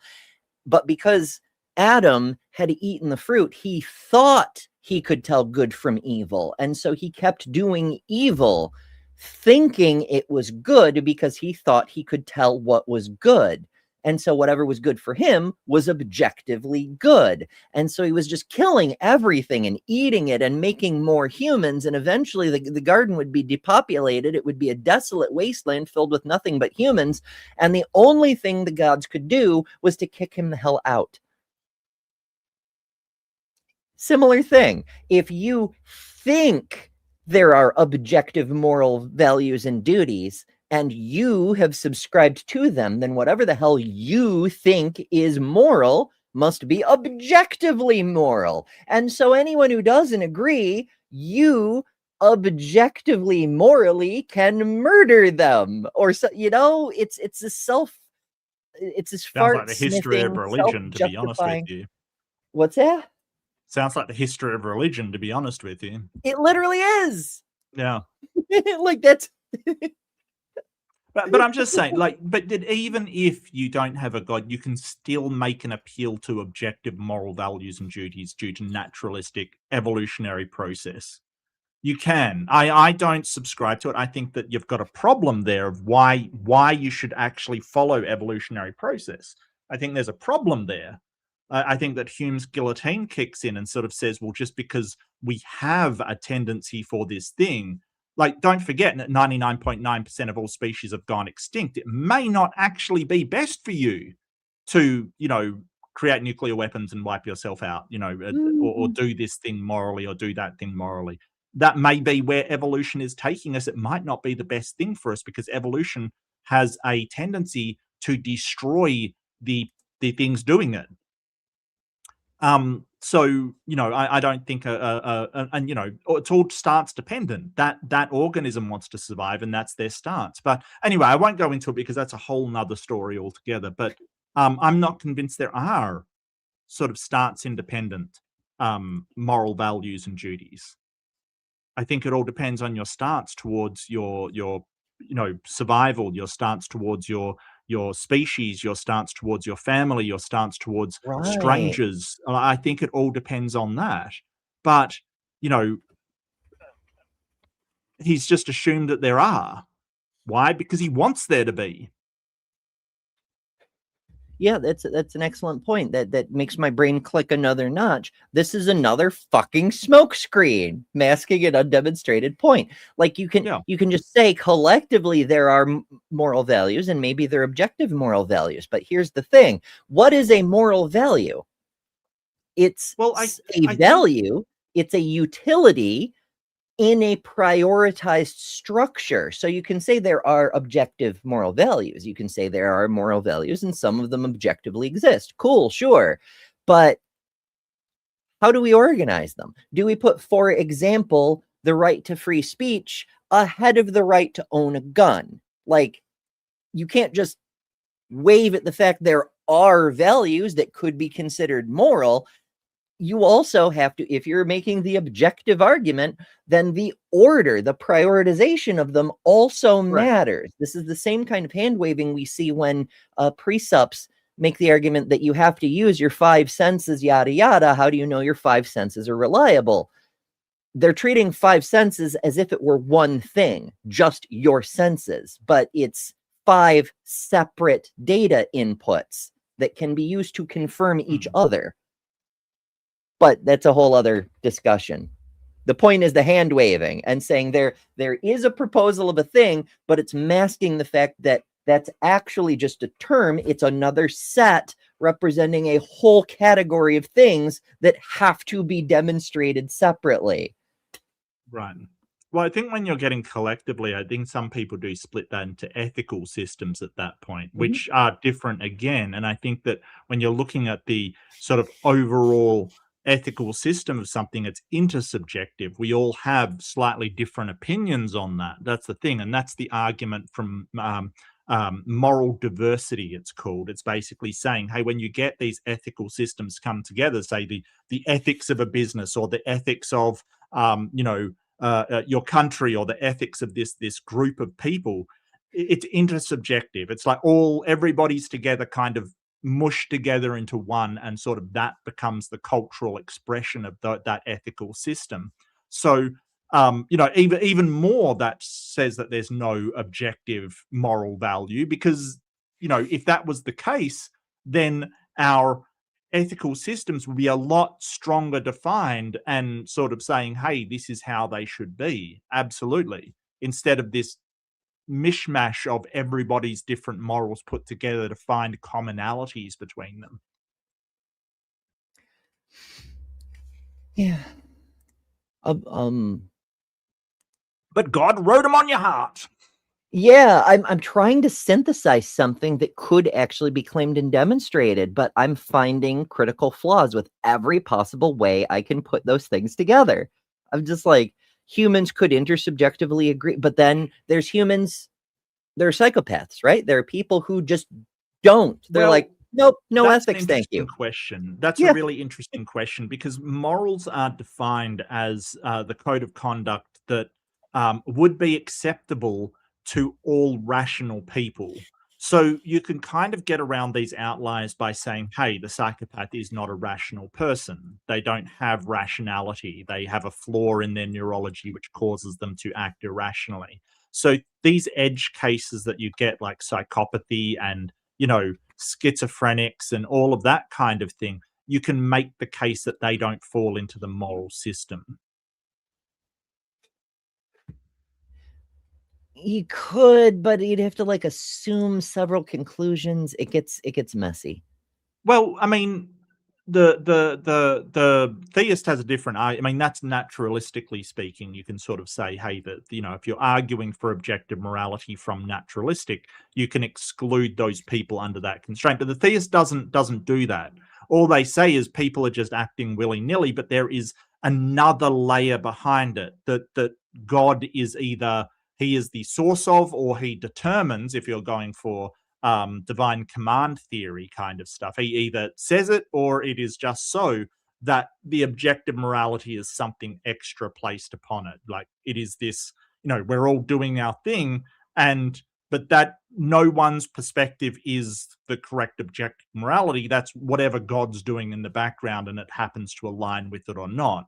It's just no one's been able to demonstrate sufficiently that they even have access to God's morality, that they even represent it at all. They just claim that their denomination's ethical standards or their denomination's, interpretation of the Bible is the moral standard of God.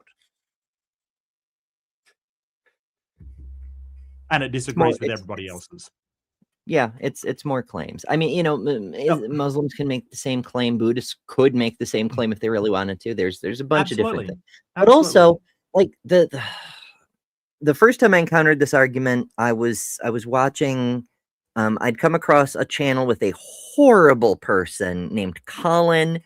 He was like this college twerp who makes very condescending, stupid fucking arguments, and he was praising Bill Craig for this doesn't wonderful narrow it down at all. That I does know. Not narrow it down at all. Oh goodness. But dear. he was talking about this argument, and it's like, first of all, it's a hell of a claim to say if God did not exist, objective moral values and duties would not exist. I mean, you haven't demonstrated the objective moral values and duties, but it just like it's basically the kalam for morality. Or Bill does another version about math, where it basically says, without God, math couldn't exist. Math exists, therefore God must exist. It's plug and play. It's just you make an assumption and you stick God on it, and the thing that you were it's look at the trees in syllogistic form. Without God, there could be no trees. There are trees, therefore God. Yes. Yep. It's infuriating. Yep. Like the trees, there are other naturalistic arguments of where objective morality could come from. Just like there are other arguments of where naturalistically trees could come from. It doesn't have to be a god. It's exactly the same premise. Mm-hmm. Oh, and one by land makes my brain turn another notch. We know there isn't objective morals because the morals in this book change over time. No, okay. So I've got to really push back on this one. Objective things can change over time. Like, for instance, the position of a stone is objective, right? It's not dependent on any stance. Like where a stone sits is objective. It can still change over time, right? It can roll downhill. It can be moved. It can do all of these different things. Like, just say there's an earthquake. It can change over time. What that is when it doesn't change, it's absolute morality, right? So absolute morality is set in stone and does not change over time.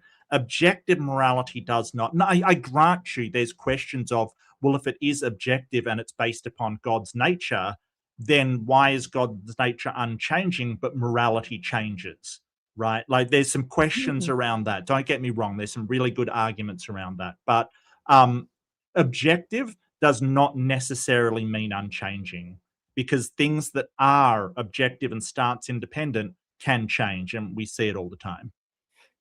Yeah, that's fair. That's a valid criticism. But also, I find it amusing that you referred to something as absolute and unchanging as set in stone, following the example of a stone moving. Stones move. Like, what can I tell you? They do. I just think it's fun. Well, the adage set in stone means that they chiseled it down, which obviously you can't easily change something that's been chiseled into stone. So it's not really talking about the position. I may be taking it too literally here, but set in stone just means you've chiseled it down. No, I get it. I understand the colloquialism. I just think the coincidentally both parts of the explanation involved stones, but in different ways, I found funny. Yeah, but you get these loose stones, they'll do anything. Harlot Yeah, stones. true. I did notice, what was it? Harlot, the something in the chat. I can't even remember what we called them. It's a little and deviant outcast. Big shout out to them. Oh yeah, Harlot and Diva. Harlot and the Diva, yeah, absolutely. Big I've shout been out. calling her Harlot all week, and Oh wow, okay. it's hilarious. That's 100% my fault too. It's true. I should change the name of her emoji. So for those of you joining us later, members have access to channel custom emojis, among their many other benefits. And Lil, because she's one of the most frequent co-hosts on the show, Lil and Kelly and Mark all have their own emojis on this channel. And Lil's emoji is called Lil, as you might expect. It's the mermaid. And I could change the name of it though to be Harlot. Oh, And that no. would be amusing. Also, consider joining memberships to play with these emojis, among the other many benefits. Among other things, yeah. Not exist, objective moral values and duties would not exist. By objective moral values, I mean values which are valid and binding independently of whether people believe in them or not. Many theists and atheists alike. Is it by values? He's kind of doing the equivocation thing, because mathematical values exist whether humans believe in them or not. Like the speed of light is the speed of light. The value of that number, it doesn't matter if you believe it, that's what it is. But can there be such a thing as a moral value without people believing it? Yeah, usually we'd call it moral facts, things that we ought to do that is not up to determined by any stance, kind of thing, like things that are a moral fact. I don't, it's a struggle to think of something as a moral fact kind of thing that I would point to. I don't think moral facts exist. I think that the universe does not care one way or another what we do. But that doesn't mean to say that people don't, right? Like there are consequences for any decision of what we ought to do or ought not to do. And it may be a fact that you are doing something that is against every human's stance on the subject, right? But just because every human has a stance on the subject doesn't mean that violating that is objective. It just means like it's like if everybody agrees that ice cream is nice, even if everybody agrees, it doesn't make it a fact that ice cream is nice. It just doesn't. I don't know. I think it is actually a fact. I don't know. I'm just being silly. Yeah. I mean, we worked very hard to produce ice cream. I'm going to let it go or I'm going to get hungry. And we can't have that. Okay. It's much too late for me to be having snacks. I agree that if God does not exist, then moral values and duties are not objective in this sense. For example, Michael Roos, an agnostic philosopher of science, explains, morality is a biological adaptation, no less than our hands and feet and teeth. Considered as a rationally justifiable set of claims about an objective something, ethics is illusory. Morality is just an aid to survival, and reproduction and any deeper meaning is illusory. Okay. On a naturalistic view, moral values. Okay, why is that wrong? That was an argument by an atheist on that objective morality is sort of so your stance on things is to do with survival, evolution, procreation, etc. And that ethical, so these combined, agreed upon ethical structures for groups is just illusory, right? It is just things to facilitate that impulse, that objective impulse for people, right? Like that's their stance. But I'm not hearing him refute it. Like that's one of the things that I was talking about. It's one of the arguments that could be made for objective morality without a God. So he brought it up. I think he's just brushing by it like, oh, that's not a thing. Yeah. Just wave it away. Oh, goodness. Yeah. He's doing that a lot. I mean, obviously we've pointed that out, but yeah. Values are just the byproduct of biological evolution and social conditioning. Just as a troop of baboons exhibit cooperative and even altruistic behavior because natural selection has determined it to be advantageous in the struggle for survival, so their primate cousins, Homo sapiens, exhibit similar behavior for the same reason. As a result of socio-biological pressures, there has evolved among Homo sapiens a sort of herd morality, which functions well in the perpetuation of our species. But on the atheistic view, there doesn't seem to be anything that makes this morality objectively binding and true. But that leads to our second premise, that objective moral values and duties do exist. What the hell? In He didn't moral actually refute experience, any of that. He just said, but on an atheistic view, there is no objective. He just said, like, an objective standard based upon evolution and biomechanical functions. And then you said, but on an atheistic view, it doesn't have objective. He just pointed out one case of atheistic objective moral value. What are you talking about? Wow, he brushed that aside real fast. We don't want to talk about that, much like we don't want to talk about Bruno. Yeah. Wow. Yeah. Oh, is that from the saying, the look on my works, ye mighty in despair. I knew it was from a poem because I've heard there's a long story behind it. Let's just say I've heard poets refer to it because it's a poetry thing, but I didn't realize it was from Shelley. That's interesting. Little odd tidbits, which you would be seeing in real time if you also were in the live chats. Well, the live chat.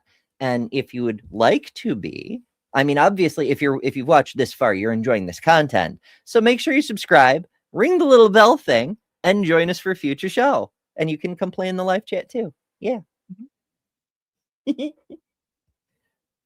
And a realm of moral values and duties that impose themselves upon us. There's no more reason to deny the objective reality of moral values than the objective reality of the physical world.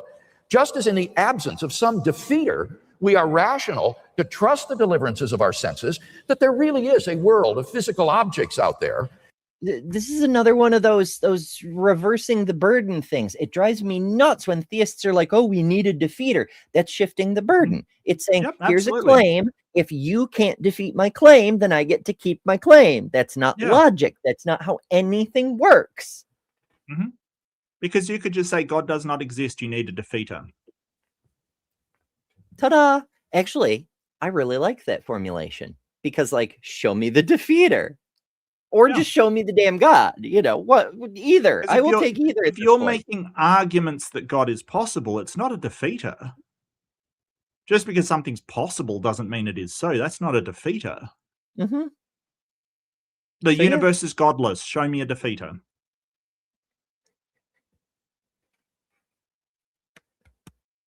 I want so many t-shirts, but I want that on a t-shirt. Go for it. Yeah. So, in the absence of some defeater, we are rational to trust the deliverances of our moral apprehensions. And there is no such defeater. As philosopher Louise Anthony so nicely puts it, any argument for moral skepticism is going to be based upon premises which are less obvious than the reality of objective moral values themselves. Well, that's also assuming your conclusion. That's circular by calling the thing, your premise, the reality. But also, just because the thing is less obvious, first of all, claim that needs to be demonstrated. But that doesn't mean it's not true. That doesn't follow. Bestie, electromagnetism is not obvious. Yeah. It's also true. Ay, ay, ay, it's so bad. But I wonder if this is the underlying problem. That's the central reason Craig is like he is, because he really believes you can claim shit, and until someone brings you a defeater that you can't refute or bullshit around, the thing you're just claiming is assumed to be true. Like, is that really how he thinks? Yeah, but then he's intellectually inconsistent, because there's a lot of things people can claim. You know, you're looking at, well, I could claim that there's a space monster out beyond, you know, the Virgo supercluster, and you would have to believe that until a defeater is found. It's a really bad way to do reasoning. It's bottom of the barrel epistemology. Well, it's not even epistemology, right? It's It's pretty low bar. It's pretty low bar. Yeah. It is. I actually do have. It's not the whole thing, but I think it might be fun to. Yeah, let me switch over to this tab and yeah. Far from raising the bar or the epistemic standard that Christianity must meet to be believed, I lower it. We know, Bill. We know. Yeah, if you can't reach the epistemic bar to justify your beliefs, just lower the bar, lower the standard. That works. I'm sure it does. I'm sure it does. Who needs logic when you're a fucking philosopher? Oh my goodness. It's fine. It's fine. It's not fine. Actions like rape, cruelty, and child abuse aren't just socially unacceptable behavior. They're truly evil. Michael. I actually agree, because by any definition of evil that humans could come to, these things that harm humans, and specifically the most innocent humans among us, are, by any metric we could reasonably devise, evil. And yet, every one of those points is a thing that the God Bill is proposing has done or ordered or commanded. And they are, no matter what, absolutely evil. Therefore, their origin, the source from whence those orders came, must be evil. So good job, Bill. If your God exists, it's evil. Well, don't forget that all the children dying in the flood was actually a great blessing. That's another. That's just. I have a montage of a collection of clips. If morals are evil for us to do, but good for a God to do, how then can morals be objective?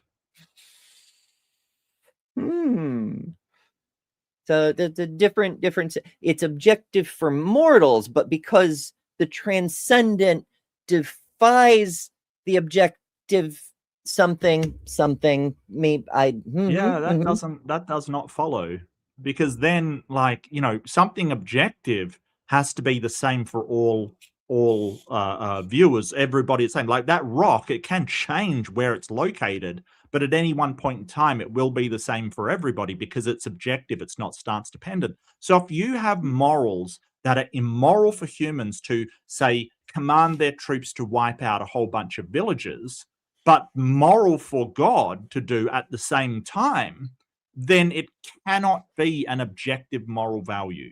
It has to be subjective.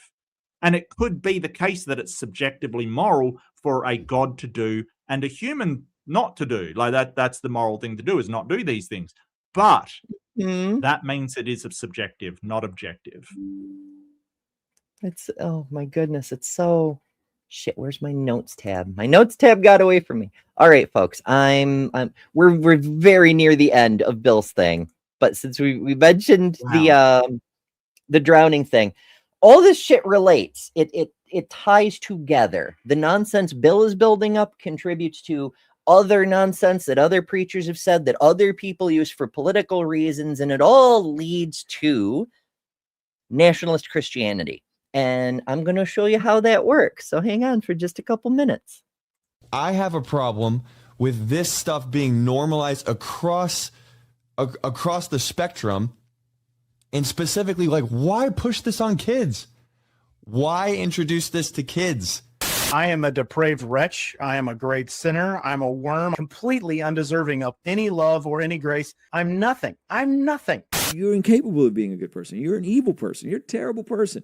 At the core fabric of who you are. That's why we need laws. We need laws because we're bad people. All of us are bad people. You can't spell Pride Month without demon.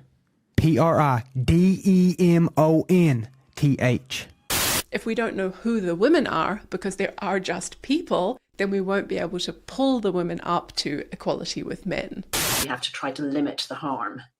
And that means reducing or keeping down the number of people who transition. And that's for two reasons. One of them is that every one of those people is a person who's been damaged. But the second one is every one of those people is basically, you know, a huge problem to a sane world. Transgenderism must be eradicated. The LGBT, transgender, grooming our children's minds is a national security threat. We need to hold people for treason, start having some public hearings, and start executing people. I will use whatever gives me victory. I don't care about the truth, and I don't care about the law. I care about one thing, the control. But then they rigged the election, and now we won, so I'm going to be your president. And what happened is they rigged the election, and I became president, so that was a good thing. I agreed with many, many things you said during, in fact, probably more than most other candidates when you were running for president, but I still would not have voted for you because you're an Indian. I just want to say I feel good about the Republican Party. I feel good about where we're going as a nation. We're killing all the right people and we're cutting your taxes. It was actually a tremendous blessing to these children for them to be killed and go to heaven and be with God. We've been hoodwinked. We've been taken in by an ideology crafted by creeps and then pushed on children. Stop letting people pressure you into thinking. If they die, they die. I want to be ignorant, honestly. Being a Christian doesn't exclude us from experiencing spiritual dryness. We're bad people. All of us are bad people. Oh, tangents in the chat. For real, for real. Although I do also want to acknowledge a branching out, you might say, from Fern Lovebond, who sends us $2. Thank you, Fern, and says, I have a problem with normalized Christianity. Fucking hell, yes. And One by Land says, God shows you what not to do by example. So what I played that not just to show the Craig clip of reference because it's in there. It was a blessing for the children to be killed, but because I wanted to type down the syllogism that Craig just accidentally made because it's delightful. So I've got 1, some acts like rape or murdering children are truly evil. 2, God orders these acts. Therefore, God is truly evil.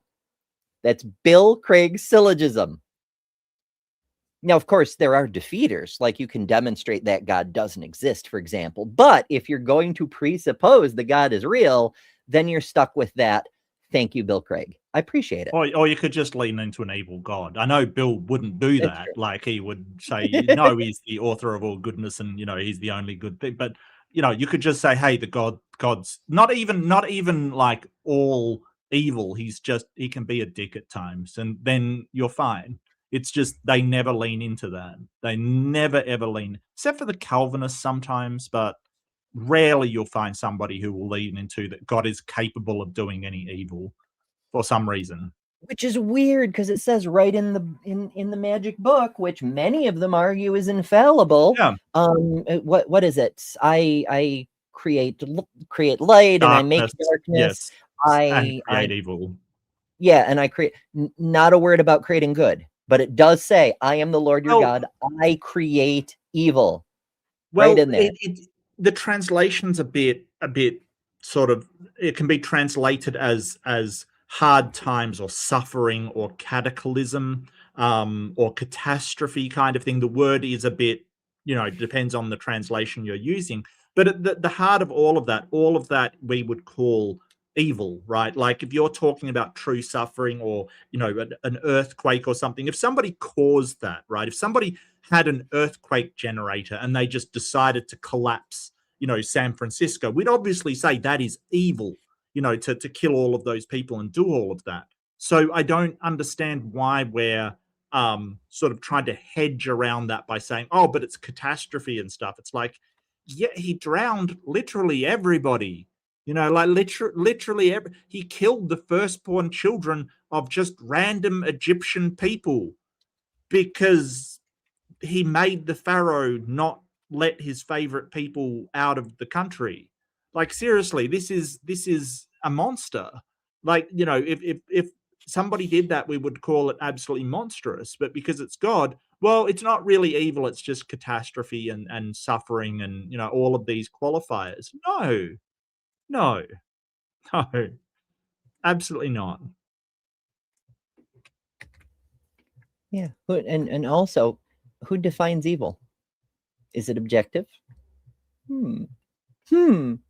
All right, let's try to get Craig to his freaking finish before it's tomorrow. Oh God, yeah. Roos himself admits, and I quote, "The man who says it is morally acceptable to rape little children is just as mistaken as the man who says 2 + 2 = 5. Some things, at least, are really wrong." But then I agree. Then your Bible says that in fact, Bill, you yourself make the argument. We just watched the clip. It's your future self, but it's still you saying it's actually good, though. Bill, according to Bill's own logic, is an evil man. Holy shit. Yeah. Just knocking it out of the park today. It follows logically and inescapably that 3, therefore, God exists. Some people think that the evil in the world disproves God. I think the exact opposite is true. Real evil in the world actually serves to prove the existence of God, since without God to ground objective moral values, good and evil as such would not exist. Number 4. No, they exist within the context of society, but, outside of any kind of societal function, or any kind of group, like how do you have evil when there's no humans involved at all? I don't know how that works. It's there's a lot of involved here, but I'm just like, I'm gonna run that back for a second because there's something that sticks in my craw. That 3, therefore, God exists.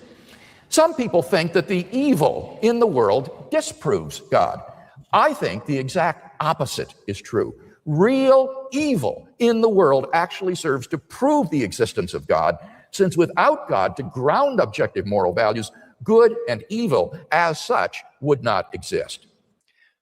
Why do you need God to ground objective moral values? Like, if there are objective moral values, you should be able to just demonstrate them. Why do you need to ground them? And more importantly, even if you have to make a case for how God can be the ground for them, but then you still have to bridge that grounding to the claim. You need a warrant to connect those things, or your argument is unwarranted.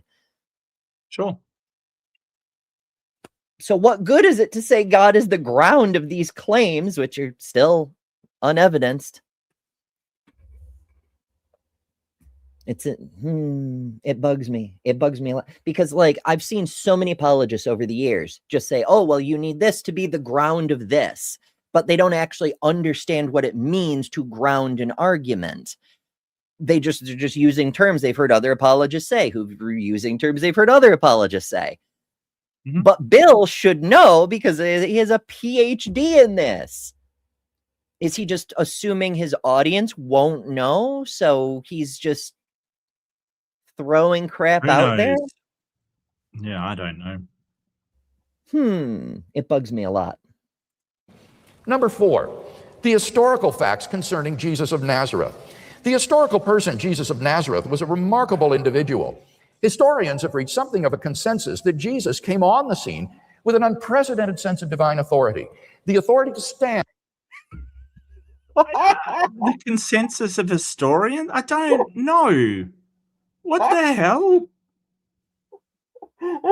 Unprecedented divine authority? What are you talking about? What does that mean? Are we talking he came on the scene? Are we talking about like the first Christmas with the three kings and the fucking star and the angels by the manger and whatnot?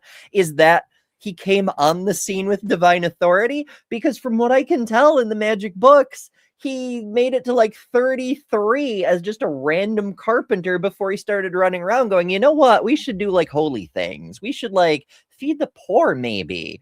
Or I don't know, maybe try to heal the sick or something. Like, what do you mean divine authority? What is that? Yeah, what does it mean? No idea. But also, historians have come to a consensus. Historians never come to a consensus on anything, really. I mean, but yeah, there's a consensus that he existed. I really want to push back that like historians say that he had an unprecedented divine authority, like more than Alexander the Great or something, who conquered the known world. I don't think so. Like, I want to see the citations about this. And like, seriously, if you're just basically saying, well, Christian historians say this, of course they friggin' do. That means nothing. What the hell? Uh-huh. Ay, ay, ay. It's like saying he was popular, so he must have been magical. He was popular, so he must have been right. What the hell is he talking about?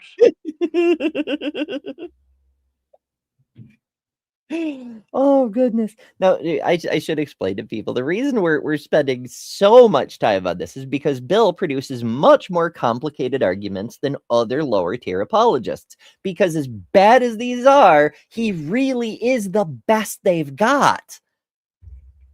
But he's really good at making things more complicated than they need to be. So to break them down, we first have to untangle the mess and show you the pieces. Yeah, so I don't, you know, even the Pharisees, the priesthood at the time, didn't acknowledge him as a representative of God. So I don't know where this authority came from. Is he basically saying, hey, he claimed to be, you know, divine rather than relying on scripture? That isn't something in his favor. Like wow. It's like saying, well, he's the biggest narcissist, so therefore he must have, you know, had something unprecedented. Wow. I don't know what this is supposed to prove.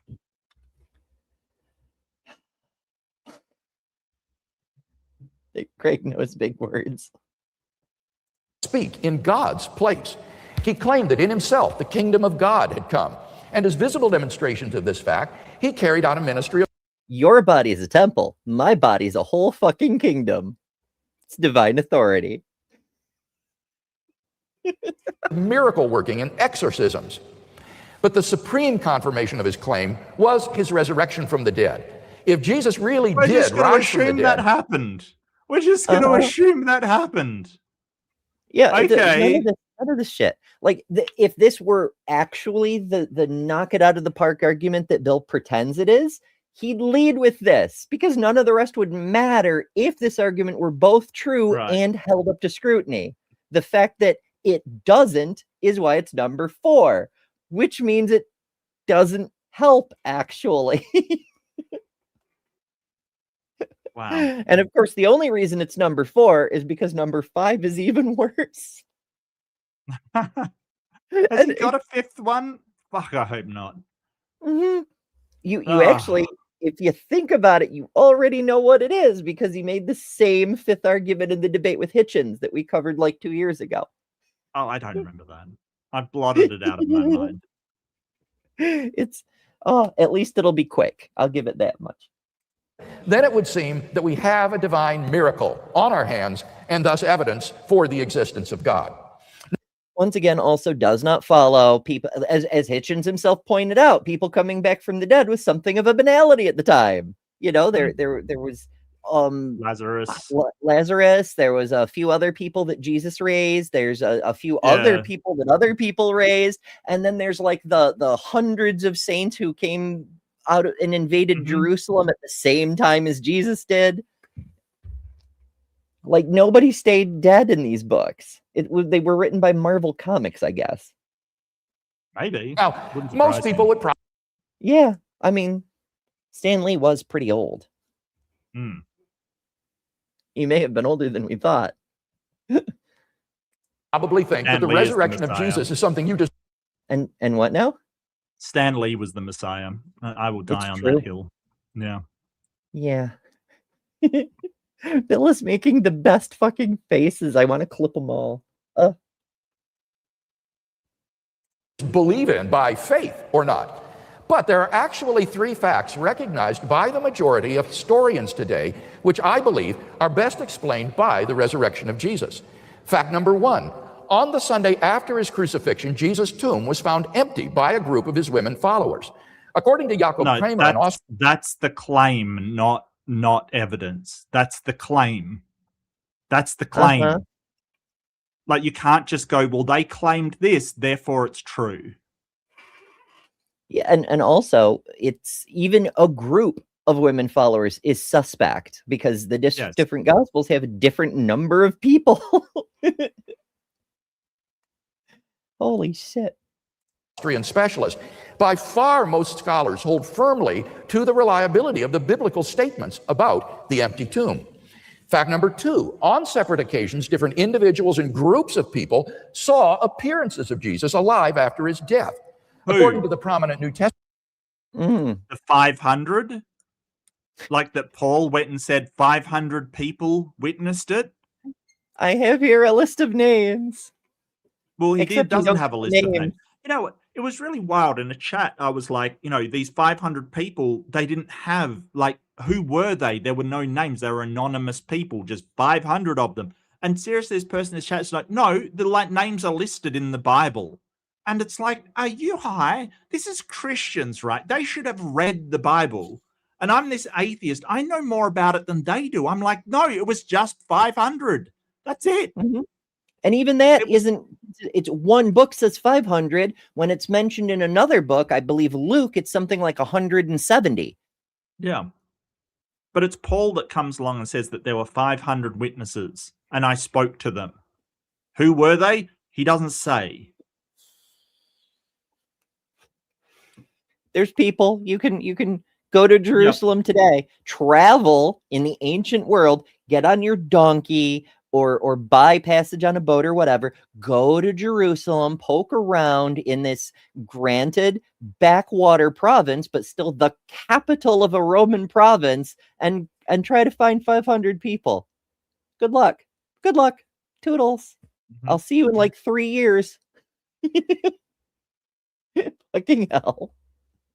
Testament critic Ludemann, it may be taken as historically certain that the disciples had experiences after Jesus' death in which Jesus appeared to them as the risen Christ. I might be willing to grant it can be taken as historically certain that they claimed to have experiences. Not that they did have experiences, but also that's a big might. I'm not going to grant that one either. Like, I mean, granted, this is years and years ago, but I'm a big fan of Paul Agea's minimal witnesses argument, which is basically Peter and Paul had experiences and everyone else believed them based on the strength of their faith. And I mean, I don't even necessarily believe that it was that well refined, but that is it wins the Occam's razor competition. It is the simplest explanation ever proposed that meets all the explanatory criteria. So hooray. But Bill couldn't have been exposed to that. But all the pieces for that argument have always existed. You know, well, as long as the Christian claims have existed. But you know what else has always existed? by which I mean within the last minute or two. Fern Lovebond sent us a super chat for $2. Thank you, Fern. And says, prove my claim. Fine. Makes 5 more Make claims. 5 more claims. Yeah. Yeah. That's how we do that it. is Without a definitely. defeater. It's true. Yep. Standard apologetics. Yeah. Oh, one by land says, so historians saw the empty tomb. There's nothing in it. It's empty. And God is seen almost as often as Elvis, which proves it's God. Well, yeah. No historians saw the empty tomb. That's the thing. The only thing we have about it is in the Gospels, and the accounts vary wildly. But Ehrman actually points out some incongruency there as well, because Paul says that Cephas, or Peter, was the first to have a vision of the risen Christ, but the women who went to the tomb should have seen the angel and Jesus. So why didn't Peter not know about it? Did there's some real inconsistencies all over the place with the accounts. So the idea that all historians believe there was an empty tomb, no, absolutely not. Yeah, according to John, Peter and the disciple Jesus loved most, which one might assume means John, but it doesn't actually say. They get to the tomb after Mary says, hey, the tomb's nobody's in the tomb, it's empty, dudes. And they go and they find the fucking bandages and shit, and then they're like, oh crap, we should tell the other disciples, and they run off, and Mary turns around and there's Jesus. She is the first one to see the risen Jesus. Correct. In that book. But you could also make the argument that the disciple that Jesus loved most was actually Peter. Upon this rock I build my church. That he was apparently the rock of Jesus. They like to rock all night long. Okay. I'm I'm old. It's too late for that kind of. It's not. And fact number 3, the original disciples suddenly came to believe in the resurrection of Jesus, despite having every predisposition to the contrary. Jews had no belief in a dying and executed Messiah, and Jewish. I mean, it's true that the Jewish beliefs about a Messiah said he would conquer and drive out the invaders and restore the kingdom of David and shit. There's nothing about a dying and rising Messiah. However, it doesn't necessarily follow that the Jews at the time, first of all, would think that Messiah was Jesus, because that's retcon after the fact. But also this idea that they would have no expectation of their favorite mythological creature coming back from the dead, when all the Jews were afraid of Nero coming back. And there were so many stories of so many other people coming back from the dead at that time, as evidenced in the gospel. But also there's all these other religions around them, from fucking Mithra on one side to Horus on the other, of gods coming back from the dead. So just because the prophecies of the Messiah, which incidentally not described as an incarnation of God, they had no expectation of that either, don't show a dying and rising Messiah, although that would be a cool trick for a Messiah to do, if only they'd prophesied it. In fact, you know what? Bill is actually making the case that the prophecies that Christians depend on to prove Jesus is the Messiah are themselves unreliable. He's saying the prophecies don't count. But we need the prophecies to show he's the Messiah, but they don't count because they're unreliable. Bill is doing a super job here. Beliefs about the afterlife precluded anyone's rising from the dead to glory and immortality before the end of the world. Nevertheless, the original disciples came to believe so strongly that God had raised Jesus from the dead that they were willing to die for the truth of that belief. So the idea that they were martyred is not backed up by any solid evidence outside of the church says they were martyred. And this we see in multiple religions. Like, for instance, the Mormons say that Joseph Smith was martyred. Was he? He was killed by a mob in prison. He wasn't killed for his beliefs. He was killed because he burnt down a printing press. Like, the idea that you're being martyred means that you have the opportunity to recant and you refuse to do so, and you're killed for your beliefs, right? Like, Joseph Smith wasn't killed for his beliefs. He was killed because he burnt down a printing press, and the crowd found him objectionable. He wasn't killed for his beliefs. And did he have an opportunity to recant? Probably not.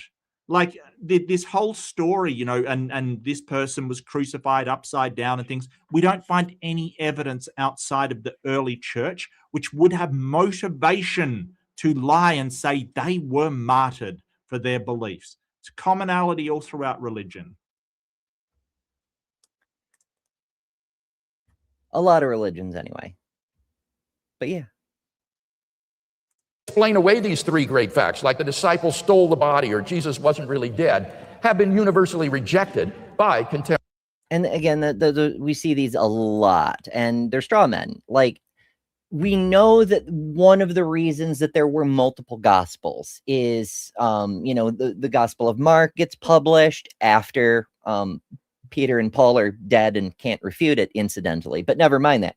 Gospel of Mark gets published, and people are like, this is nonsense. They could have just stolen the body. And then Matthew comes out, the version 2.0, that plugs some of the holes left in Mark's story, because Mark's story wasn't ever intended to be a historical recounting of events. It was taking the story of Jesus and translating it into a Greek mythological style story for literary purposes. And that's evident in the tale itself. But Matthew was like, but what if we made it like a docudrama, Contemporary scholarship. The fact is that there just is no plausible naturalistic explanation of these facts. And therefore, it seems to me the Christian is amply justified in believing that Jesus rose from the dead and therefore was who he claimed to be. But again, there were, if you believe the Christian story, Lazarus came back from the dead. Does that mean he is the incarnation of the all-powerful God? That entails that God exists. Finally, number 5, the personal experience of God. This isn't really an argument for God's existence.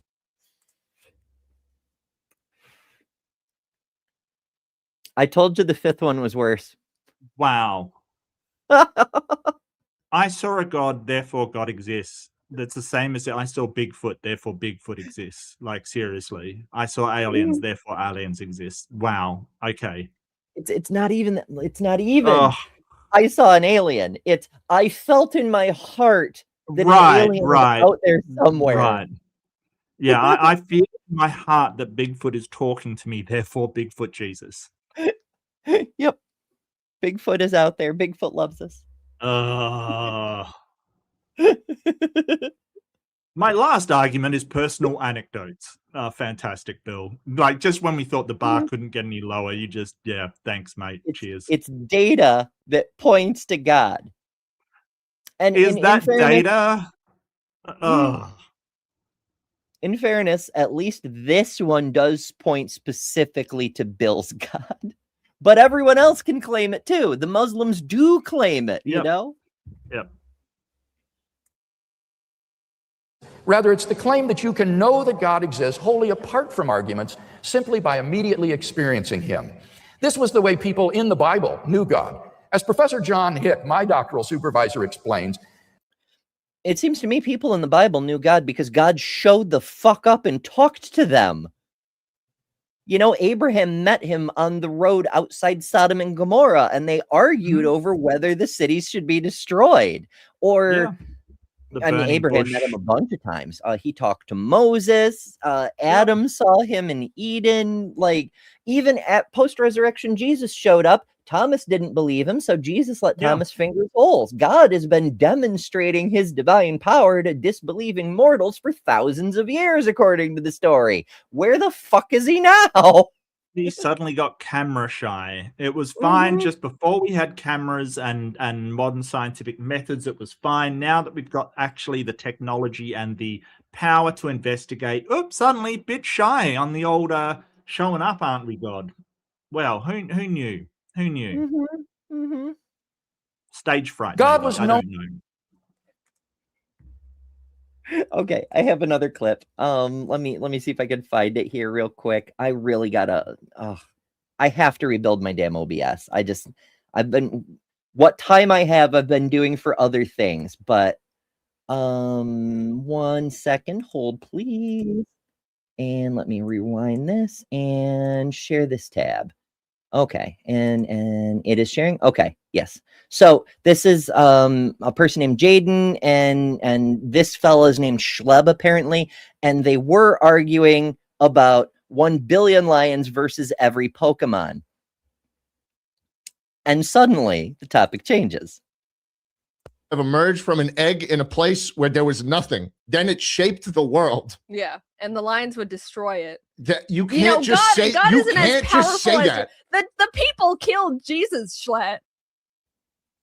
I cannot believe you just said that. He got crucified. You're bringing up the crucifixion of Jesus Christ in yes, a debate about. You think God is this? Oh, no one can kill God. What happened to him? What happened to him 3 days later? He ran away like a little bitch. He came back to life. He ran away back up to God. Wham, wham. I couldn't fight the humans. They sent floods. They sent pestilence. They sent locusts. Well, we're still here. Where's God? You can fuck up every human if you're a god. If you're Where's God, Schlatt? The humans are here. Where's God? He's still scared. He's not scared. God is not scared. Yes. You should be scared of God. He's coming back soon. You ever heard of the rapture? Define the rapture. It's when God is going to come back and judge the living and the dead. When's he coming back? Some people say soon. How long have they been saying soon? Thousands of years, maybe. I don't know. It's been Earth has been around for a while. Well, the lions are only. And then they go back to the lions and the Pokemon. I love it so much. God is still afraid. He couldn't fight the humans. To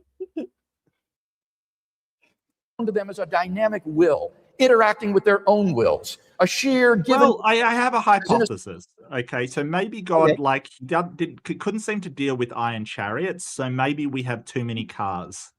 Maybe that's the problem. Ooh. Yeah, too many cars everywhere. So, in order to test this hypothesis, I suggest we destroy every single car, and Jesus will show up again. That's my hypothesis.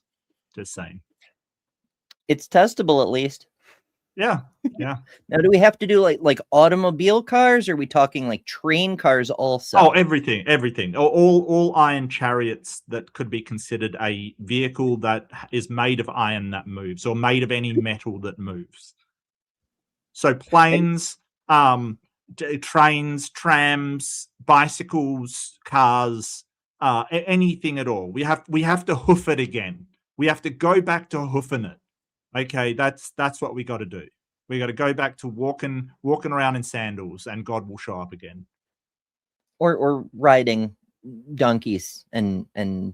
Well, yeah, obviously, yeah. right. Especially talking donkeys. Okay, yeah, talking donkeys, absolutely. Yeah. Like, don't look. I'm not throwing shade at horses and donkeys. Okay, that's perfectly acceptable. I'm just saying, let's get rid of the iron chariots, and the rapture will begin forthwith. That's there my we go. claim. And like Bill, I don't have to back it up with anything. That's right. Oh, an absent a defeater. It must be true. Right.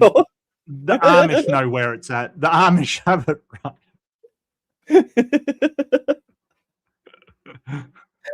Oh, fucking hell. Inescapably be reckoned with as destructive storm and life-giving sunshine. To them, God was not an idea adopted by the mind, but an experienced reality which gave significance to their lives. Now, if this is so, there's a danger that arguments for God could actually distract our attention from God himself. If you're sincerely seeking God, God will make his existence evident to you. What the hell? Bible promises. How does that make sense? Like, arguments for evolution are going to distract us from evolution, or arguments for, the planets are going to distract us from the planet. Does that make any sense whatsoever when you're talking about an objective thing in reality? Right? Like, oh, but studying the planets is going to distract us from the reality of planets. What are you talking about? If you imagine that in science, like, Oh, arguments for geology is going to distract us from geology. What? Yeah. What? Bill, there's something wrong with you, sir. He's got a few things wrong, but that's none of my business. Draw near to God, and he will draw near to you. We mustn't so focus on the external proofs that we fail to hear the inner voice of God to our own heart. For those who listen, literally, so stop thinking about it and just believe. Stop looking for external validation and instead just use your imagination. Just believe your inner monologue, sure. Because that always leads to truth, sir. There's no way that could possibly go wrong. Mm-hmm. Ay, ay, ay, ay, ay. So how do we determine which religion, as outsiders, how do we determine which religion is true? All of them are believing as hard as they can. Yep. Do we have like an objective measure of believingness so we can tell who's more right? I have this believonometer over here. I put this faithometer. I love it. Wow. God becomes an immediate reality in their lives. In conclusion, then, if Peter wants us to believe that God does not exist, he must first tear down all 5 of the arguments for God's existence that I presented, and then in their place erect a case of his own to prove that God does not exist. Unless and until he does that, I think we should conclude that theism is the more rational worldview. And that's the end of his opening. But notice how he does both of the things, saying you need to not only tear down my arguments, but present a positive case for the rejection of my claim. And then he does that equivocation I warned you about at the beginning, where he's just argued for Christianity, and he's saying, well, if he can't prove atheism, then theism is true. Yes. Not Christianity. Theism is true. Fucking hell. Yeah, and that's a really bad way to do reasoning. Like, if you can't come up with a better alternative, then some person's assumptions must be true. It's a really bad way to do critical thinking. You know, very, very terrible. Don't do that. Be skeptical. Say, if you don't know something, then you don't know something. There's no reason without any positive evidence to believe in something just because you don't know what it is. That's a terrible way to think. Yeah. I mean, by all means, feel free to believe in Nil, the great not God and creator of creator gods, because, I mean, that's where creator gods come from. It's right in the name. But yeah, I mean, you use special butterfly pleading for that one. I mean, come on. It's true. It's true. Yeah. But I think that's going to do it for this time, folks. Normally, we try to do at least both openings, but Craig took so much extra attention. We'd be here literally till tomorrow to get the other opening in. But worry not, friends. I'm sure Peter's opening will be much faster, and then we can get to like rebuttals or whatever the hell comes next. And that will be next week over on Mark's channel, which, you know, linked in the description. If you're somehow not already subscribed, make sure you go do that and join us next week. Plus, Mark does a bunch of other stuff over there too, like aimbot, at least for the now, occasionally special episodes, fundamentalist fails. There, you know, check it out, see what else there is. Occasionally other debates. He doesn't just review debates. He does. I do try to, you know, it's been a bit sporadic lately, but that's okay. I will get back on the case, and I'll link my channel if anybody wants to go in there and check it out. Please do feel free. I like to have fun, but I had fun today. Like, so, I mean, Craig, he makes it sound A, authoritative, and B, good. Right? Like, he makes it sound reasonable. When you actually dig a bit below the surface, you're like, hang on a second. All of this is based upon all of these claims that he hasn't actually demonstrated, but assumes to be true. So there's sort of this almost a slippery slope going on. Well, if this is true, if this is true, if this is true, if this is true, then Jesus is our savior. And it's like, yeah, but there's a lot of ifs in there. And, you know, a lot of the claims are not stacking up. Like a majority, like, you know, the consensus among biblical scholars is there was an empty tomb. I'm not sure that's the case. I think it's kind of the opposite of the case. On that Yeah. specific claim, we do not Yeah. have an empty tomb. How Yes. can we know there was an empty tomb? And Right. how the fuck do you lose it? And also, even if we did have an empty tomb, congratulations, there's an empty tomb. Right. What Right. does it mean? And he sort of, he sort of went over to Habermas's sort of minimal facts as like, oh, the most reasonable explanation, stole the body and did this and did that. And it's like, but like, that isn't even the most reasonable one. And there's a couple of arguments that we bring up. Like, for instance, Paul doesn't mention the empty tomb when writing to anybody.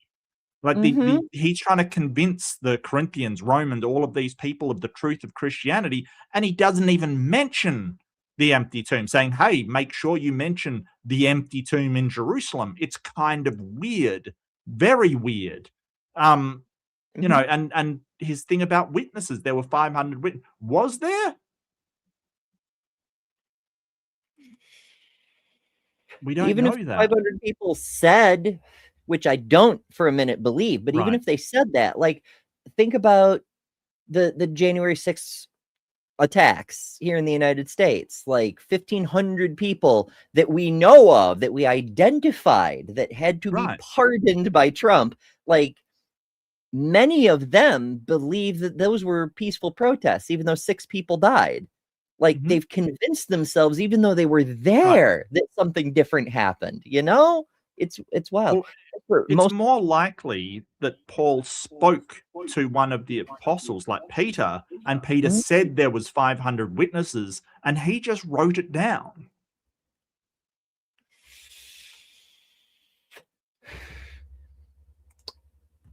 Probably, could be. I don't know. But yeah, as far as empty tomb, much more likely they did what they always do with crucifixion victims: is chuck them in a mass grave. Yep. There's no empty tomb because he was a crucifixion victim. Correct. He was a criminal.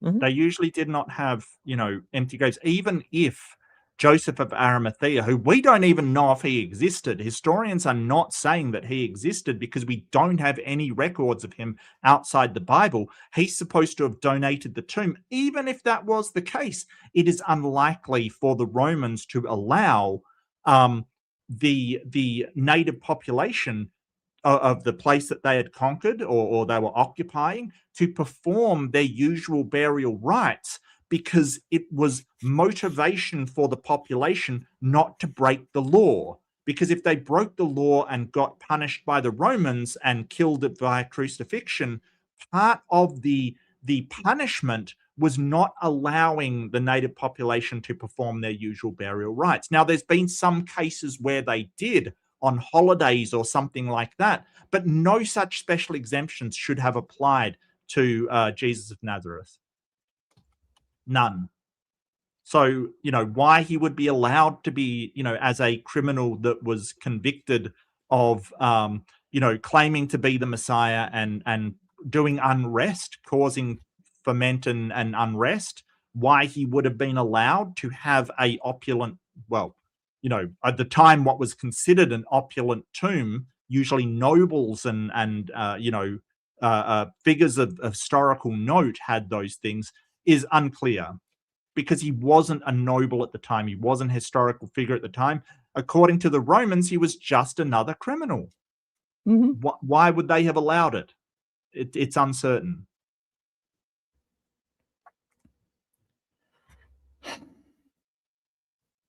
There's a lot to say, folks. Believe it or not, we did try to, we tangented a little when it was either amusing or relevant, but we did mostly keep this pretty focused.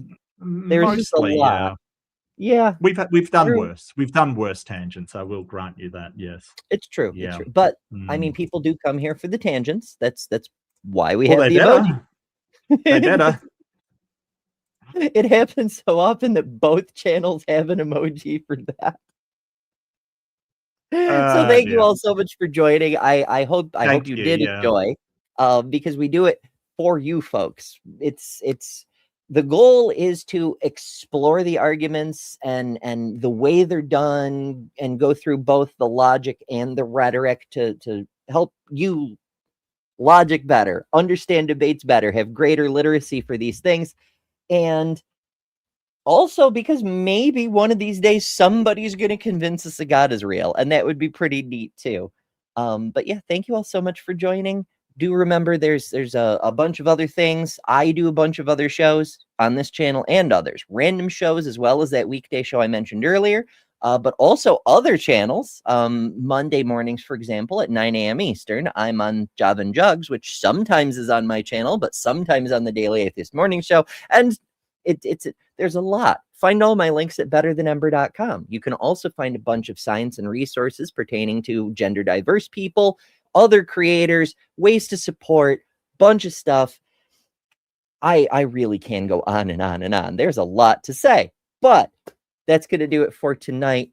And as always, remember, you don't have to argue yourself into being evil because you are better than religion. Good night. Thanks to all our patrons and top-level members for November. Miranda, Karen Butcher, Jessica the Transmetal Alchemist, Robin Webster, Maya Adkisson, Jimmy Tux, Ian Chen, Lilith, Ember Lynn, The Barely Bearable Atheist, Eric Wander, Jason Jacoby, Godless Engineer, Jester, Lil of All Trades, Deviant Outcast, Kelly King, the Detroit Atheist Queen, The Mighty Filbert, and Secular Phalanist.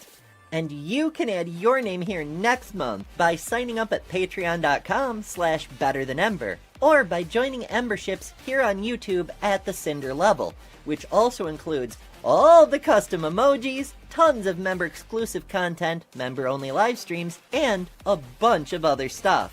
I deeply appreciate all the supporters who keep this channel going. Thank you all so much. Because of you, we're building a wonderful community that I'm very proud of.